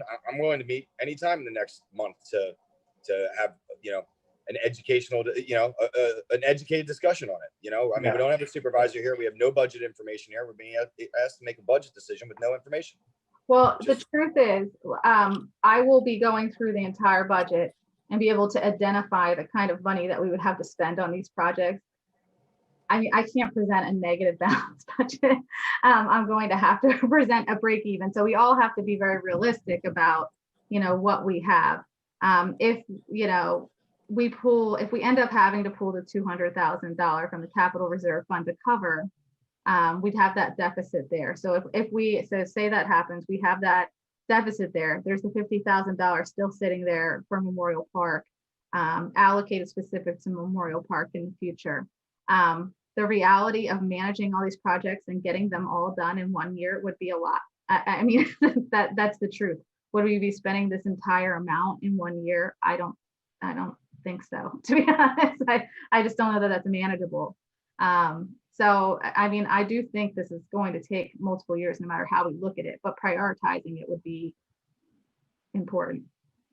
I'm not in disagreement with you, Monica, in terms of managing the projects, getting the funding, but I think to Dennis's point and to the rest of the board, I think making sure there's an emphasis and demonstrating to the board the need, because we have to hit home, right, and let them know what's required, what the opportunities are, and not shy away from that. So again, it may take multiple years, but I think we have to make sure they clearly understand the opportunities that exist, and what the call to action would be. And again, there is that potential that funding may be coming available, so making sure that they're fully aware of all the things that we could be doing, so that when that time comes, if that time comes, we've already kind of planted that seed. And not to say that you haven't done that, we haven't already done that, but I think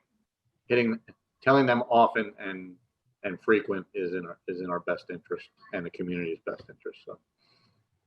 Well, yeah, I agree. My internet cut out, so I'm not sure if we talked about Memorial Park project. The question I have, the matching grant for $250, the plan is to use that part of that $250 that we have in the capital reserve to offset losses from, we'll call it COVID. Do we have money to do part of that Memorial Park project? It all depends on what our overage would be. So whatever is remaining is remaining. And maybe, yeah, you're right. Maybe we could do a piece I think we'd have to talk to our engineers and see if there's a good way to break it down that we could get something done. I don't think we'd be able to do something as big as the tennis courts, though. you don't think we could do something as big as the tennis courts? No? Or pickleball courts? Mm-mm. Not with $50,000. They're almost one and the same, Mike, in terms of fencing and the sport. I guess, I guess what I'm, the total cost is 800. We have 250 set aside. Mhm. Another 250?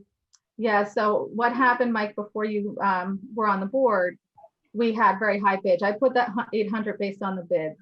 So originally it was the idea to spend $500,000 on the Memorial Park project. We had 250 in the Capital Reserve Fund. We had the 250,000 matching grant. Bids came in very high. So I put a very real cost here to do the whole project. So that's how much it was. We then, after those high bids, we then as a board pared down the project a little bit so that we could do it in phases. So we were looking to do, I think it was the pickleball, the tennis courts, and the path is what we pared it down to. So that was kind of how we did things back then, but the true project is approximately about $800,000. And we have 250, but really it's just 50 because that 200 we're planning on using to offset losses from COVID. Mm-hmm. We don't have the other 300,000. No. Well, if we took what we had and asked, to get a tennis court at Memorial Park, what would that look like? I don't think it would be to our benefit to get a tennis court and add more tennis courts later. It would probably be a huge financial loss for us, to be honest. It's best to do the whole project at one time. I would say maybe we could get, and this is just a guess, some of the path done, maybe some of the pads done for some of the project. But I don't really know. I'd have to talk to the engineers about that to get a better assessment. Well, I mean, I wish there was unlimited money. I mean, I think all these things are important. But I know just like Parks and Rec has been, stressed with COVID.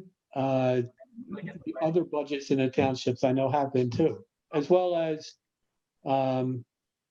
I think the golf course, loans that were made are ballooning, and so now the interest payments are, much higher this year than they were in years past. So I mean, I'd love to be able to do all this stuff, and as Dennis says, more, because it's not enough. I just don't know how, where the money would come from. So, due to time, obviously, I know that we still have, Monica, you still have some other things to present for fees with the budget. I think, again, I know that we didn't kind of come to some consensus, but whatever you need from us, Monica, in terms of getting together the information needed to share with the board and Kurt, just if there's a follow-up that you need from us, obviously we're all pretty much aligned in agreement that all these projects on here are important and we want to add more to that. So if you want to send us a follow-up list and we can each provide our input in terms of prioritization, I think most of us are aligned at least on how they're bucketed. But we'll definitely make sure that any other additional information or how to lay out, our strategic imperatives are given to you so that they can be funneled to the board. Yeah, we're not, and by the way, we're not an approving entity. So, we have to make the recommendation. So, I'm very comfortable recommending the need for all of these things and then some, and letting the supervisors are the ones who control the purse strings. And I know they're going to say they can't afford it, but that's then their position to kind of figure out how much of that they can afford.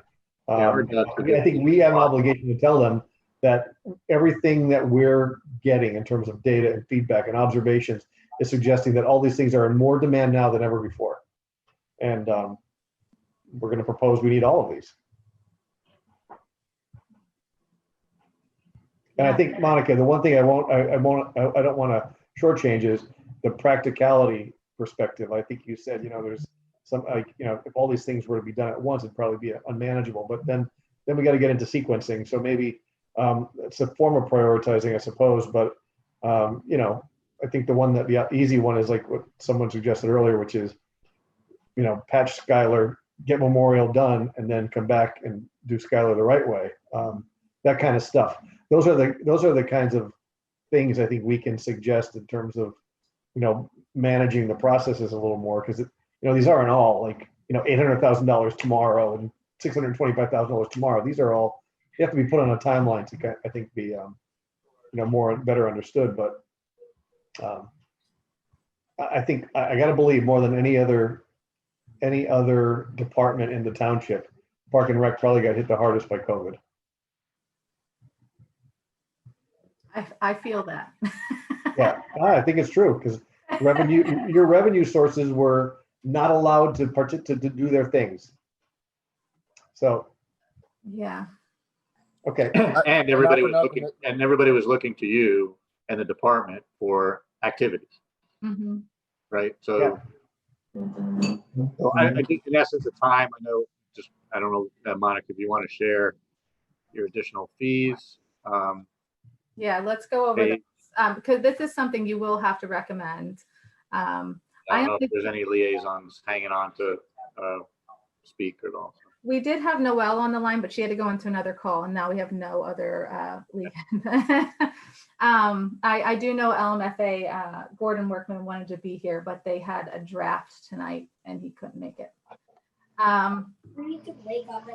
So I'm kind of looking at our fees in comparison to other townships, and I run into a couple of instances where I'm like, you know, I don't know what to charge you for that. So I use those notes throughout the year, and these are the only changes I'm proposing right now in our fees. I don't find it to be a good thing to be raising pool fees for next year, regardless of how we have to operate. I just don't feel like that's good business. So I'd like to keep those the same. And we're really going to work hard to try and operate in some capacity. What that's going to look like, I don't know yet, but I'm going to try and figure it out. So as far as field rental, we're looking at keeping that the same for the day. But I also wanted to add a per game cost, because I do have sometimes where I have a field available where a league will come in and they're like, you know, we're really scrambling, we don't have a space. Can you help us? And I say, well, it's $250 and $250 is very high for one game. So I called around to the other townships. This is kind of a per game rental fee that I found that was very suitable, I think, you know, in addition to light fees. So if they need lights, we would charge light fees hourly too. So that was one addition. Our picnic pavilions, and I know some of you have been around longer than I have, but I believe they've been $10 an hour for, I have no idea how long, as they've been around. So I'm looking to increase those to $15 an hour, just because we do have upkeep that we have to do to the pavilions. We have a trash removal after parties. We have, you know, things that we have to do extra for rentals. This would help offset some of those costs. And I'd like to offer an option for a 1 day. So it's $100 for the day, or you can pay a per hour fee of $15 an hour. So as an option. And then I've had some weird reservation requests for just a court, or not just a volleyball court, but maybe a basketball court for some kind of say program or event or anything like that, or maybe a one game, especially now with COVID. You know, we have a difference between a league fee and just a rental, but I'd like to just change the wording from volleyball court to court reservation and increase that fee also to $15 an hour to match the picnic pavilion rentals. And that's all I have as far as fee changes for 2021. Now, I am looking at a series of special events fees. I've been communicating heavily with Doylestown. They have a significant list of special event fees, and we're getting more and more requests to offset some of our programming with outside programming. You could see that by the food truck event. There was also we're having the movies in the park and we're partnering for those type of things. But Sure. I think we could bring more to the township if we had a full kind of program for special events. So I'm looking at things for that now. So that may be something that we see later down the line. But these are the changes I have. If you have any questions, please let me know. Yeah, so Monica, the field rental items there, the $50 per game, that's not in addition. Like if you rent the field for a day, you don't also pay $50 per game during the day, do you? No, if you either get it for the day and you have multiple games, say like a tournament, or you have one game that you want to pop in, you don't have space, provided you give the insurance information and all the other things. Yeah.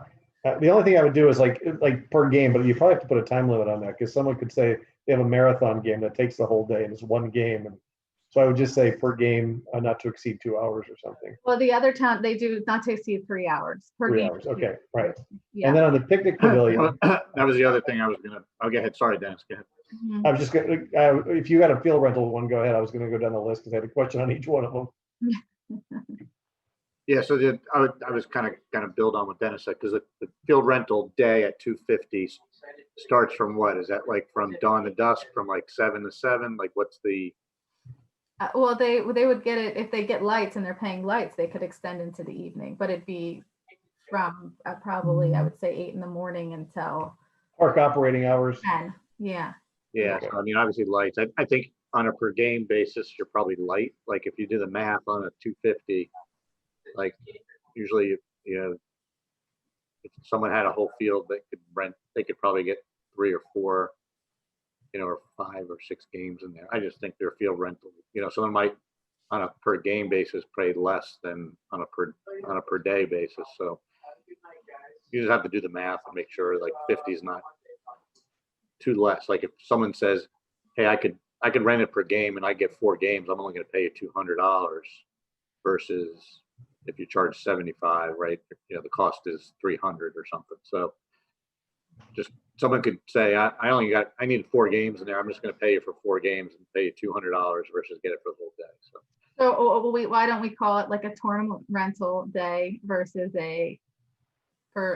so a tournament would pay $250 per field, but a one game. Yeah, I just said do the math. Someone might come in and say, well, you know what? I'm only going to pay you for 4 games, and here's my $200, and it's a lot less than renting it for the day. It's $50 less. It's just the math. That's all. Yeah. I think it's a good point, Doug. I think I don't want to get into the detail of this, Monica. Yeah. Whatever, we're kind of splitting hairs here, but if it was like if you think 3 hour, not to exceed 3 hours, and if there were 5 of those windows, or let's say 4 for the sake of argument, 4 games. I'm sorry, 4 games, 3 hours. That's 12 hours, which is a kind of a full day. That'd be $200 versus the $250. So, but if it's 75, then it's $300. So it's probably worthwhile to rent it for the day. It's just I figure out whatever you come up with makes sense. You would actually have to recommend this at the end of the day. So if you would like to change it to 75 today, I can change that to 75 for a potential motion. And how does that sit with the rest of the townships you support surveyed? It would be high. So How about is your 60? day rental too low then? How about 60? Yeah, I mean, 60 would be fine. I'm just saying higher compared to other townships. 50 is kind of the going rate. Because in the summer, you're going to have, 15 hours of daylight. So that'd be 5 intervals of $60. That's $300. 60 would make it, to Doug's point, 60 would kind of make it worthwhile then to say, I'll rent it for the day instead of by the game. So I would recommend 60. 60. Monica, what were we doing? Were we charging them $250? Were we making Yeah. them? And then they'll turn around and not play at all in our fields. I mean, if we really care about the money, why don't we just do it by the hour? I mean, by the game, I can make a 9-inning baseball game, and then I play for 3 hours. And, as opposed, you do it by the hour, then the math's easy. Well, that's generally $50 per game was going by a 9-inning baseball game. So three hours. So $20 an hour is what it comes down to. $20 an hour, right? Yeah. Mhm. And is it a minimum rental of 2? You could say it's a 3-hour you can't get it for less than 3. So you get it from whether you do 9 innings, 7 innings, you get practice time, post. You can just say it's a $20 an hour, minimum 3 hours. So if they want to rent it for 4 hours, they're gonna pay $80, right? Yeah. Yeah. I think that's the workaround personally. 20, Yeah, sounds good. $20 20 an hour, minimum 3 hours. minimum 3 hours. Okay. So if somebody wants 2 hours, they're gonna get you, they're gonna get 6 hours, you're gonna get $120, right? But they get 2 And- days in there. So no one gets excited online watching the video of this. All of our leagues would have first right of refusal. So if someone comes in and they have the permit for the fields or anything like that, I would run it through the league, make sure that there's free space to be able to fit someone in. First right of refusal will go to our leagues. Yeah, sure. That makes sense. I didn't want anybody to get excited about that. Well, they're essentially permitted, right? Yeah, they have it permitted. Yeah. So it's if there's availability. In the event that there's availability, there's a free field and someone wants to come in, we have this potential for a field rental. Is a resting field considered available? Not a resting field, no. Okay. Just making sure. Pavilion sounds good. Monica, from what I see, $100, good round number. I don't know. You could argue it's probably low, but it sounds like a good round number. And the only other thing on the court reservation versus volleyball court reservation, I assume you said basketball was one of the other things. How about tennis? Yeah, I guess we could do that. I think we have to be careful with tennis just because we do have a tennis pro in the township that does YM tennis. So we'd have to kind of be careful for any of these really to how we do it. So are there any, besides that group, are there any other tennis groups that try to get the courts to reserve them? There are tennis pros that just show up on our courts and use them. When we see them and we speak up. But yeah, I think that'd probably be the only person who would want to.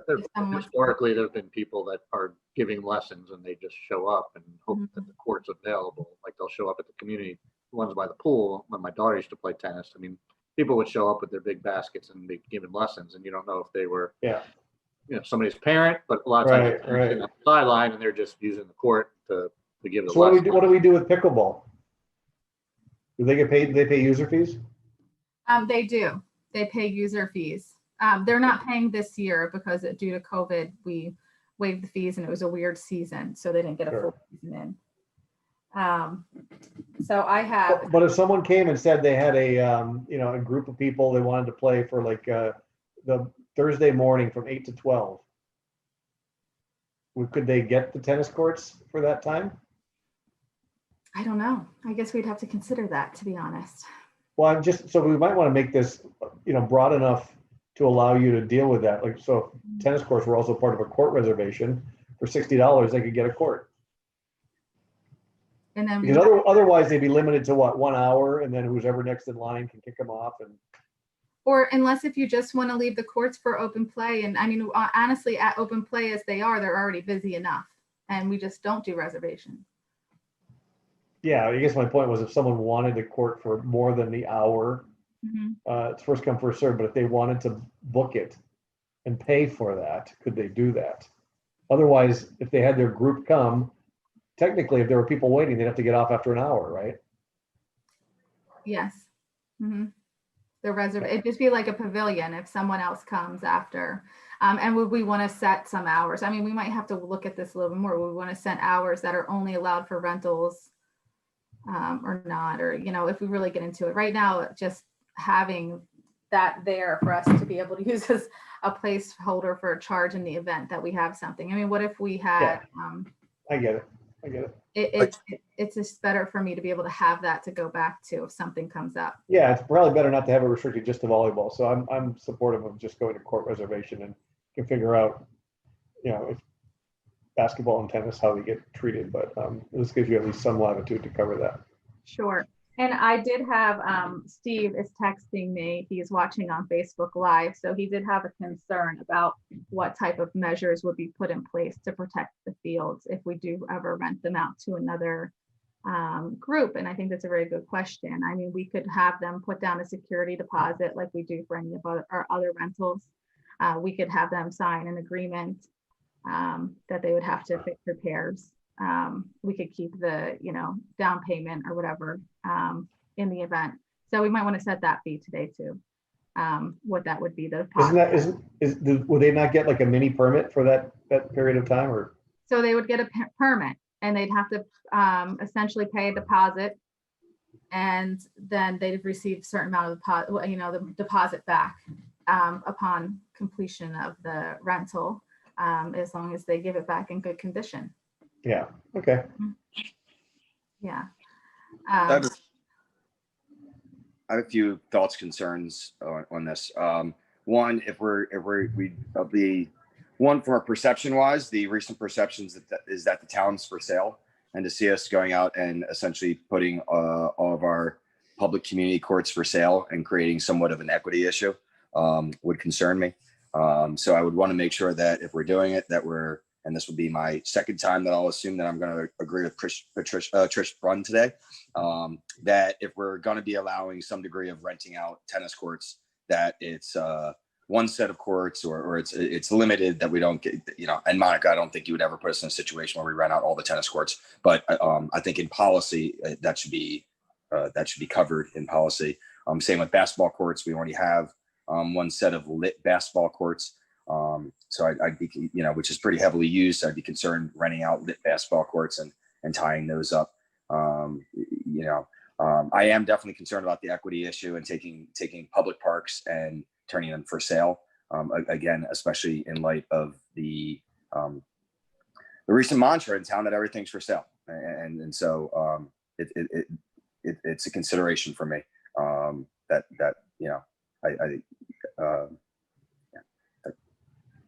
it's not a no for me, but I think we want to be thoughtful on how it's done. To be honest, I would be glad to just not even do it if you don't want to. I just like having it there in the event I run into something where, say, someone's having a corporate event. This is where the volleyball court one happened. The local residents having an event. They wanted to use all the volleyball courts, and we were just letting them use them because they're first come, first serve. And that's kind of where that fee came into place in the first place. If you want to just say no court rentals, I'd be glad to do that. It's just a good placeholder for me to have a fee to be able to charge in the event that we do run into something. I think, Michael, to your point, I think if we at least as part of policy or somewhere Monica states that no more than a certain percentage of open time or available time will be rented, so that if the community should come back and say, I can't get on here, at least there's something that says, hey, there is between dawn and dusk, there's 12 hours at no given point in time, no more than whatever, 20% or 15% is ever available to private groups for rental, then I think, we will have at least some something in policy or at least procedures to, answer that question. But yeah, if she's renting out 50-60% of open time, then yeah, if I was a resident, I'd be upset. So I'd be completely comfortable with moving forward with the fee with Monica if we could come back with next meeting with some sort of follow-up guidelines on court rental and usage. I mean, there's no reason to stop this just because of that, but I think if we could be conscious of that issue, that equity issue, so to speak, and maybe we could address that at a future meeting. That would definitely satisfy me, at least. I would be glad to come up with guidelines for rentals. That's not a problem. So if we can make a motion, then, right, for fee changes for 2021. I don't know if anybody wants to make a motion. I know field rental was changed to 60, so that's the only change that I'm aware of. Right? Sure. Yes, I'll make a motion to approve the fee schedule for 2020, which includes a $60 per hour rental, $20 per hour, 3-hour minimum rental of fields. and as well as court rental fee. Yeah, so this is a motion to make a recommendation here, right? Essentially, this is going to get recommended to the supervisors. I second that. If that was a motion to provide Yes, this. it was a motion. It was a motion to recommend. All in favor? Aye. Aye. I guess, Discussion, sorry. well, the court rental fee, I thought we were going to hold off on that until we have back from Monica a recommendation on how much time she's going to allow for the percentage, I guess, of usage. I think we could, personally, I think we could, just trust Monica to come up with something that makes sense, but put the fee forward as $15 per hour. And then just with the caveat that she'll come back with, some way of making sure that it doesn't get perceived as a, selling of the township. I think we really need to, we should decide what percentage of usage it should be. I mean, I think I'm fine with all the fees, but the court thing, if we're not charging for tennis courts now or reserving tennis courts now, I don't know why we would do that. Or for pickleball courts or for basketball courts, I don't know why we would do that going forward. Well, you do that, I think, for situations where people want them for a block of time because they have a small event. They say, I need a basketball court for a half a day. And they technically can't do that because if they went there first come, first serve, there's an implied 1 hour, or tennis, I know there's 1 hour and then you got to get off if there's someone waiting. So those are the situations that would be deployed. But I don't think that would affect the fee in my mind. So I'm happy to put the fee change forward as it's presented, but whatever the board wants. I guess if we're not reserving tennis courts now, then what happens if we put this in place and people just say, oh, I need it for 3 hours, and then Well, I don't have to approve the permit or the request. Right. So if I may amend the motion to say to add to the motion at the Park and Rec director's discretion, and I'd also add with a review at the next meeting of policies and procedures for allocating court rentals. You can do all that. Certainly, I would still second it, but I don't think that any of that's necessary. We're just making a fee change suggestion at this point. And those are not unimportant points that Michael's bringing up, but I do think that we're just talking about the fee for this point. And then Monica has the discretion to not approve something or approve it. So that's I think a separate topic, but listen, I'll go with the. I think the fee's reasonable. I just don't know, we're adding a reservation system for tennis court, pickleball court, anything with the name court on the end of it, basketball court, which we don't have in place now. And I just don't want that to be abused. I think it's controlled by the director. Monica has that under her control, but I mean, again, Mike, I think I understand where you're coming from. I think this is, at least from what I understand, is what that fee would be. And then under Monica's discretion is whether or not that availability will even occur to an organization, right? So I guess each scenario might be very different, but if I wanted to run a singles and doubles tennis tournament that's going to run across 3 days across the community park tennis courts, she might say, I'm sorry, I can't let that happen. But I could give you a 3-hour window on Tuesday and it's going to cost you $15 an hour because we do have a published list. I don't think to the other Michael's point that we're going to open up every court for a reservation. Or, if I wanted to run a pickleball tournament and, as a private organization and come in and say, can I borrow, can I use your pickleball courts for this weekend or 2 days, then there's at least something in there to answer somebody's question is like, what would that cost? Doesn't mean that it's going to happen, right? I think that we're just approving what that fee structure would look like if that scenario is acceptable and does fit within the parameters Yeah, I suppose the other thing we could do is like take out the change to just court reservation, raise the fee to $15, and Monica then wouldn't necessarily have the comfort in dealing with the one-off requests she might get around a basketball court or tennis court, but she would still deal with it like she deals with it now, right, Monica? But this just gives her a little bit of, I think, comfort in knowing how to deal with it. But if you want to take out the change on the description, take out the change on description. Yeah, I'd be glad to keep it volleyball court reservation, increase the fee to $15, or even if you wanted to table this until I have more information for you, I'd be glad to do that too. I think we have time to do that if we meet in early October. I don't think there's any time available left this month to meet, but I think we have plenty of time to do that before the fee resolution passes. I mean, that's fine, as long as you have enough time between now and when you need to publish it to the for 2021 and get a board of supervisor approval. Obviously it's September, so if we want to address it next month, we can do that and table it. I think I'd be fine to vote, but I kind of think it'd be better to table it. I think Trish is going to have some pretty strong opinions on this one, and I would prefer to table it, I think. And you know, Dennis, I think I agree with you, to be honest with you, but in the interest of making sure that the full Park and Rec board, and if Monica definitely doesn't need it today, then I'd be probably of the mind to table it.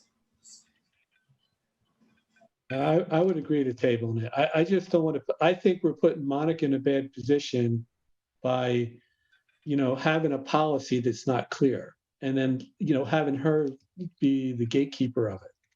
And honestly, I mean, the reservation. If we don't have a reservation court system now for tennis or basketball, where it's a fee base, I understand that this is for just those occasions where, somebody wants this for an extended period of time. And maybe that's, maybe we have a time commitment. I don't know. I'd like to table it and, revisit it next month with more information. So, Brody, you want to take back your motion? Yeah, I take it back. I second his take back. Motion rescinded. Sorry, Monica. No, it's fine. Monica. We didn't do your budget. We didn't do your fees. What else can we not do for you tonight? I don't think we have any liaisons, right, Monica? So if we want to go to the your director's report, and we can wrap up, unless anybody else has any other topics that we haven't yet I just covered. want to say before I forget, because I really want to say this. I live right by the fields, and I live by Oxford Valley Road, where there's a lot of public grass that gets cut and stuff. And I just want to commend the Township Public Works Department. There's only 4 guys there. I see these guys out there many times a week, going back and forth, cutting the grass, doing everything that they're doing. And I know we're all very grateful for what we have. But I just wanted to make sure that those guys knew how grateful I was for them. They've really, for how few people they have, they've really done a phenomenal job this year. And so I just wanted to express that. They're here. Second that observation, because I see Memorial Park every day, and that's just like a giant field, and those guys keep it in tremendous shape. And when people come to the baseball fields, I mean, I'd be lying if I didn't say that, people are always commenting on, even now in a COVID world, on just how good that stuff looks. So, and I'm sure they say it about Makefield and the other parks also. But so pass kudos. it along, Monica. Tell them the board loves their work. I will be glad to pass that notice on to them. That's for sure. It's always good to share some good news. I would just say I've been doing a lot of walk at Memorial Park, and the trees there look really good. I see the work going on with the path. It's very exciting to see that. And I see a lot of people playing basketball, playing volleyball, and using the playground up there. Monica, did you see my text that I got the sprinklers off? Oh, I did. Yes, thank you. Yeah, thank you. Hey, Monica, just on Memorial Park, are they going to put the fountains on for 9/11? The what up for 9/11? The fountains? The fountains are on already. So Oh, good. they're on the 31st. Yeah, so we'll have them on for approximately 4 weeks. We wanted to keep them on throughout the porous pave install because we wanted the porous pave folks to see what the whole picture looks like. So that the install will actually, just for a little update, will happen the week of the 16th. Because of humidity in August, it was kind of tough to put it in. Yeah. Timeline. So we actually have some of the porous pave professionals coming out to volunteer their time, and they're going to install in September. It's really been a great project. It's been great to work with the tech school. Things are looking very nice. Very happy with that. And I hope that that partnership continues and we can continue to get those grants to have the kids come out. I don't know if it was mentioned during Ellen's presentation, but those kids got paid by a grant. So all summer long, they were also getting paid and getting the experience. And that was something that was very neat. I've even had my daughter out there volunteering alongside with everybody, too. So it's been kind of a fun experience. It's great to see. And Mike Lundy is correct. There have been a ton of people at Memorial Park and walking next to the path, which is funny. I'm very excited for those paths to be installed so they can walk on the paths. Mike, where do you live? I live in Clearview. Oh, okay. It's off of Woodside. Yeah, I know where it is. Yeah, I live on Leadham's Fields, right off of Woodside. All right. We're neighbors. Brookfield Road, kind of, yeah. So I'll just continue on with special events since I'm talking 9/11. We have been working diligently to make 9/11 as remote as we possibly can. This year, it will be a drive-through experience. We're going to put luminaries along the road and you'll drive through, you tune your radio on, and we're going to do pre-recorded speeches that you can hear as you're driving through the loop. The video recordings will start up to a mile out from the site. So you should get everybody's speeches in while you're looping through. It will also be shown, the videos will be shown on TV and on social media. We're really getting creative. I really want to thank Mid-Atlantic Event Group. They've been great. They donated all their time to be able to do this event, and they're helping out even in advance of the event, videotaping and prepping. So it's been a really great experience. I'm very excited to see how it all pans out. We also have a couple Girl Scout troops helping with the initial layout of all the, stuff for the night of, where everybody's kind of coming together to make it happen. So you'll enter the park, you'll drive through, you'll hear the speeches, you'll see the fountain in the background. It should be a very nice experience to kind of remember the day. And then throughout the day, we'll have little things on social media and on the TV channel too. So we can remember throughout the day too. So if you guys have any questions about the event, I'd be glad to talk about it. Sounds cool and creative. I have technology magicians working behind the scenes to make it happen. Fortunately enough, they're working behind the scenes today too. They're making it happen. But they've really done a great job. So I want to thank them. And yeah. Sorry, Chris. So if that's successful, which I know it will be, I'd like, if it's not too late, I'd really like us to consider Canal-Halloween was closed this year, which is on the canal. They have a pumpkin show where people carve pumpkins and you walk along the canal and do it. And if it's successful, it would be really cool if we could somehow implement a for 1 year Canal-Halloween drive-through where you let people come drop off their pumpkins to be placed along the same route. And then we could mimic that route and let people sort of drive by and see pumpkins as a try to fill that gap. Yeah, So, that's a good, Brody, I just wanted to, I haven't really shared this yet, but I have been working with Mid-Atlantic Event Group for a potential Halloween type thing that goes over maybe a series of days where kids can come out in their costumes, get the experience in some way.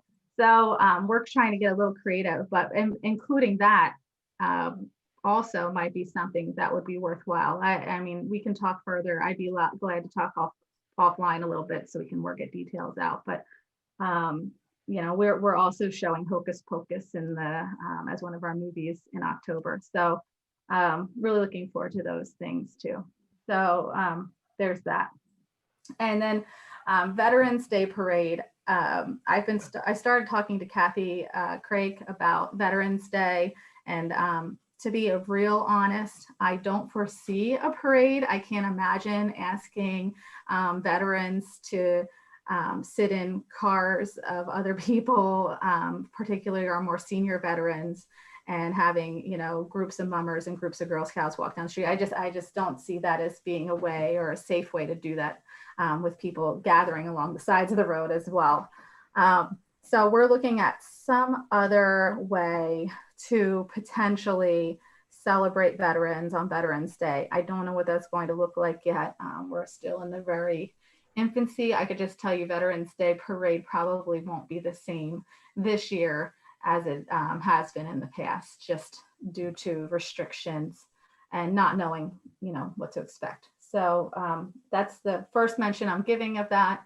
I hope to give more information down the line, but I just don't, I don't foresee a parade this year, which is really unfortunate.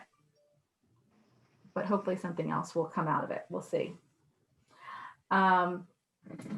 With that being said, I sent you all a link to our goals update.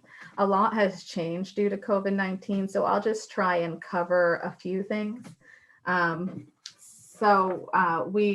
We wanted to do 5 or more varied outdoor programs. Well, in the fall, we may be able to do some things. We might try to do a yoga in the park or things like that, just to do something outside with COVID restrictions. We were going to do an NFL Alumni Association camp at Makefield Park. Unfortunately, that was canceled due to COVID-19. I don't believe the Mommy's Little Black Book. We did reschedule it at one point, but I'm not sure that we'll be able to do it. We'll still try. And right now, Pennsbury is remote, so I'm not really sure if we'll be able to do any of the partnership activities that we were hoping to do this year too. So there's that piece of it. Of course, the pool didn't open this year, so I couldn't train all the staff. So I guess we have 100% compliance for that. But in 2021, I do anticipate that we have 100% compliance. Establishing 3 annual volunteer opportunities. We've done that to an extent, but it wasn't really what we were thinking. We're still going to do in October, I believe, a planting of trees at the farm. We'll partner, we'll do the volunteer piece, and Public Works and the EAC will do the leadership role of the planting. So we're looking at that as a big project coming up. I've been meeting with the EAC to kind of develop a recycling ordinance or a recycling plan for our park. So they are doing assessment of all of our receptacles right now. So we have that going right now. The special events, most of our special events were canceled this year. So we are right now working on a sponsorship book with opportunities for all events and sponsorship opportunities for the year of 2021. So we're working on that on the back end.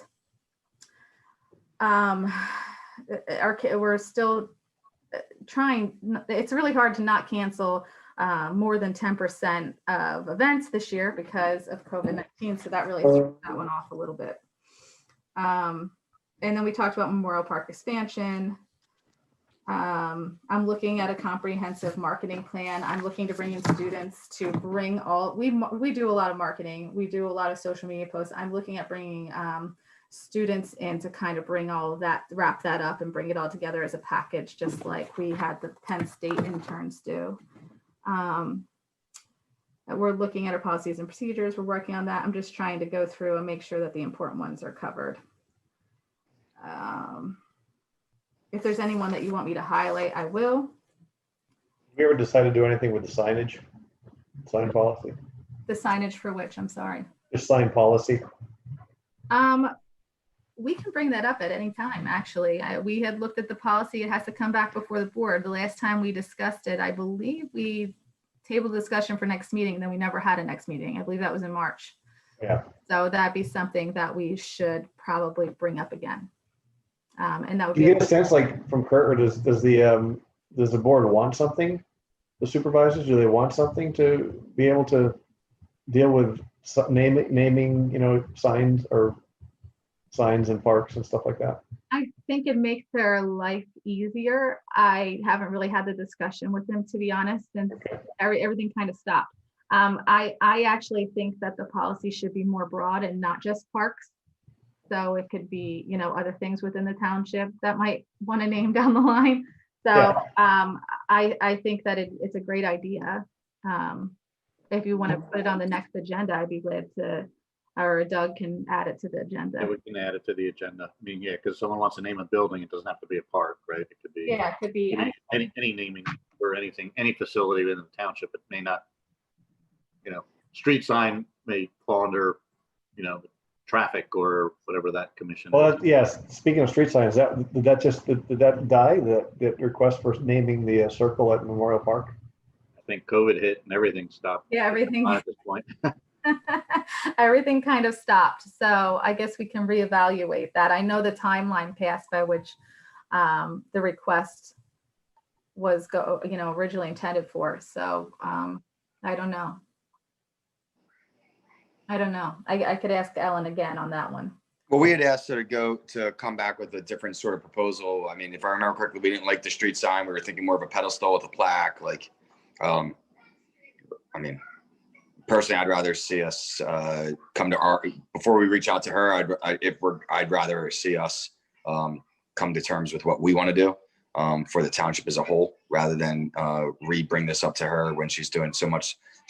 She obviously has a lot on her plate right now with 9/11 coming, and I'd rather be prepared for her when she comes back and makes another proposal, rather than have her come back before we feel prepared. I think at the least she deserves that. That's true. However the board would like to handle that, I would be glad to work with you in whatever way.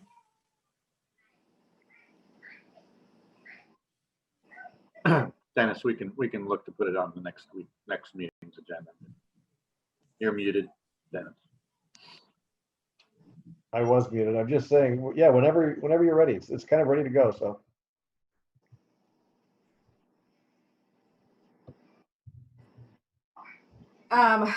So some of the other things on the list, repainting the smaller rooms in the community center. When we slow down our mowing, like we're very short-handed, but also the community center is vacant right now. So it'd be a great time for us to paint and do some of those small repairs. So when the mowing slows down, I'll bring the guys in to do some of those projects that we had, the smaller projects. We did replace the shingles at the pavilions. The doors of the community center were on hold now because of the COVID-19. I still think it's something that is an absolute need. At this time, the seniors aren't in there using the facility. So I guess the speed of it isn't there, and it's great that we'll be able to do it and, get it done. But I do think that's something that has to get fixed. Do you need us to tell you to fix it, or because of the dollar value of it?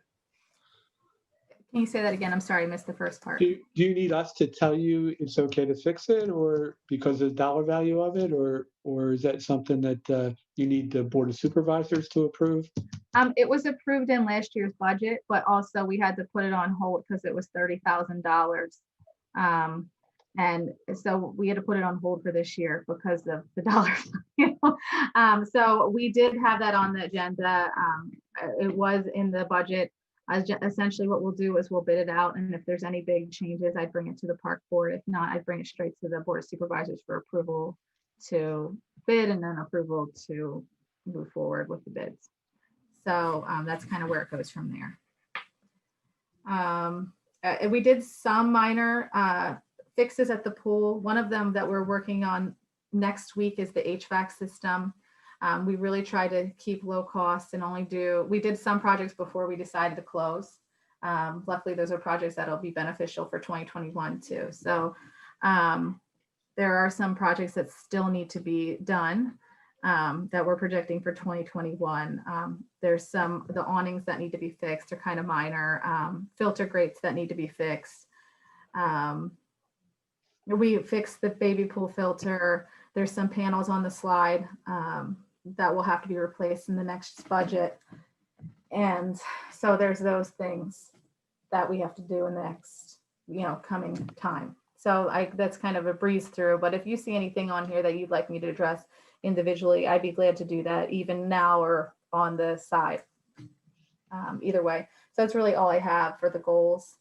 I know since I'm at the pickleball courts all the time, there's no bathroom over there at Cardinal. Is there a way to put a porta potty? Because the guys end up going in the woods that are there. Now, I'm not one of them, but I'm just saying that is there a way to put a porta potty there as an add-on? Sounds like it'd be more of a need for the ladies because they don't have the luxury, right? They Necessarily. might leave and come back, or they just have to hold it for the 2 hours. But Yeah. Oh boy. Yeah, I could probably get somebody out there. I don't believe there's any complaints from the residents, but as a improvement, I know there's those, I don't know what you would call them. They're the green barriers, soundproof, that kind of go up on the fence that might be an improvement for there. Obviously, you don't have to do it street side or that wood side, but the two sides that face the condos there might be something to consider that, just to alleviate any of their potential concerns. Are you talking about the fabric? Yeah, the soundproof fabric that goes on the fencing. I don't know what those costs are, but I don't know if you've even considered it for over there, but only because it backs up to residents on two sides of the fence there. I can bring that to you since you're talking about it. There is, there are resident concerns about how early pickleball players are playing because pickleball is loud and the noise of the pickleball. So we do hear a lot of feedback on that. And I believe, I've talked to the homeowner about the time. We sunrise to sunset, I believe, is the park policy, but when it gets earlier, I think it's 7:30 or 8 right now is the current policy. So I just wanted to bring that to your attention, that there is a lot of concern. I know some of it will be alleviated once we open the Memorial Park pickleball courts, but in the immediate, it is an issue with one of our neighbors. So I don't know if that, again, I don't know what the cost of those are and whether that's a solution just to alleviate. Obviously, the earliest that I'm aware of we play is Sunday mornings at 8:30, so it's not, but still 8:30 in the morning on a Sunday. So, but I know that other places use those sound kind of fabrics up on fences. So it's something I can look into. Yep, not asking for anything, that you can promise today. That and the porta potty, and if the maintenance folks ever want to put steps, on that slope. So since it's just they have to climb up and it gets muddy and it's grass. You can't get a toe hold on the roots of that tree there? Yeah. Could that be a Boy Scout project? That would seem like I actually asked a Boy Scout to do it and they didn't. They turned it down for another project. But I to be honest, something that I forgot to bring up to you. I did meet with the Disability Advisory Board and asked them to do a disability assessment of all the parks, so we could kind of take a look at where there are barriers. And I believe that's probably one of those barriers. And if we just put steps in there, that doesn't really solve the full problem. Maybe there's something else that we have to do there to make it more. Yeah, because nobody's getting up that. Today they could, if a disability, you could wheel a chair up there, but it's definitely not convenient. But it's not safe either. I think as people, tend. I'm not saying the older community, older folks tend to be the one that are playing, so they got to navigate that walkway. So. Come on, the nickname for that sport is tennis for people over 50, right? It's ping pong for those. Yeah. So that was a couple of things. If it doesn't necessarily have to be a goal, but as a improvement. Sure, I completely agree with that. I would like a Disability Advisory Board to take a look at it though, so we can make it completely accessible if we're going to do a project there versus. Yeah. Oh, if you do a walkway, then you don't need steps. So that's fine. Yeah. Yes. So that's kind of what's going on there. Again, I have to say this CAPRA process is great. I'd love to include you anywhere that we can. If you'd like, if there's a certain piece of it that you'd like to get involved with, I'd love to have the board. I know that we've been doing more group meetings. I've been doing league meetings where all the league heads are in a meeting to discuss different topics throughout the township, just to kind of get their ideas and their feelings on things. But if there's anything else that you see while doing this process, I'd love to have you more involved with it. So let me know, and I can give you the outline of the different things that we're covering. So I love your expertise. So it'd be great. I'd want to be. Good. I can send out the outline of all of the things that we're covering. And if you want, there's certain, Doug, if you want to do that in a certain way, let me know. But I'd be glad to involve the board more as we go through it. Yeah, I wish there was a way we could have a shared site, so somebody without maybe doesn't have edit functionality, but at least can see what materials you're working on somehow. But that's obviously that's something that has to do with right to know and Sunshine Acts and all the other fun government issues with documents or all, if it's made available. Well, I'd be glad to make any documents available to you. Yeah. I mean, I like to have it more than a draft version. So like Sure. The risk management plan is in a very draft version. I don't want to share that with you until we feel pretty good about it. You know what I mean? I think to even, again, if there's a section or like, again, it's fairly robust, right? Yes. Material. So, but if there's a section that says, hey, here's not the whole document, but this section's done, or if there's a part of it that says, hey, here's something that you want us to review or get feedback on, instead of waiting for the whole document, then more I welcome sharing that information to us. Sure. Versus waiting for 12 sections or 13. Oh no, I'm planning to go section by section. So we gave you a risk management presentation. I think by the end of next month, we'll have the whole risk management section of CAPRA done. So then we'll move on to the next piece and the next piece. So I don't want to give you the whole thing all at once because it really is a whole lot. But like I said, with this CAPRA, everything gets then uploaded. So once it's all approved by CAPRA, when they do their walkthrough of the township, and then I have to do a presentation at the National Park and Rec Conference. After that process, then everything will get embedded online onto our website. So it'll be accessible to anybody. And I don't know what kind of right to know violations would be with sharing documents, just sharing documents. I'd have to find out about that. I don't know if there was, I don't know if that's separate. about. Yeah. Yeah. That's fine. I didn't know what the parameters were, if any at all. Yeah, but I mean, in any way that we can get you all involved, I'd love to do that. I just, I'll work with you. Even if in a mentorship way for a certain section, if there's an area of your professional life where you could mentor our interns when we bring them in or something like that, that would be kind of cool too. So we can work on those things. Mm-hmm. Great. Thanks, Monica. Yep. No, thank you. Anybody have anything else? I know we exhaust the agenda? We did. Okay. We exhausted the agenda. It's 9 o'clock. It's the third period of the hockey game. It's 4-3 Islanders. So I'm sure some people want to finish up and. Motion to adjourn. Second.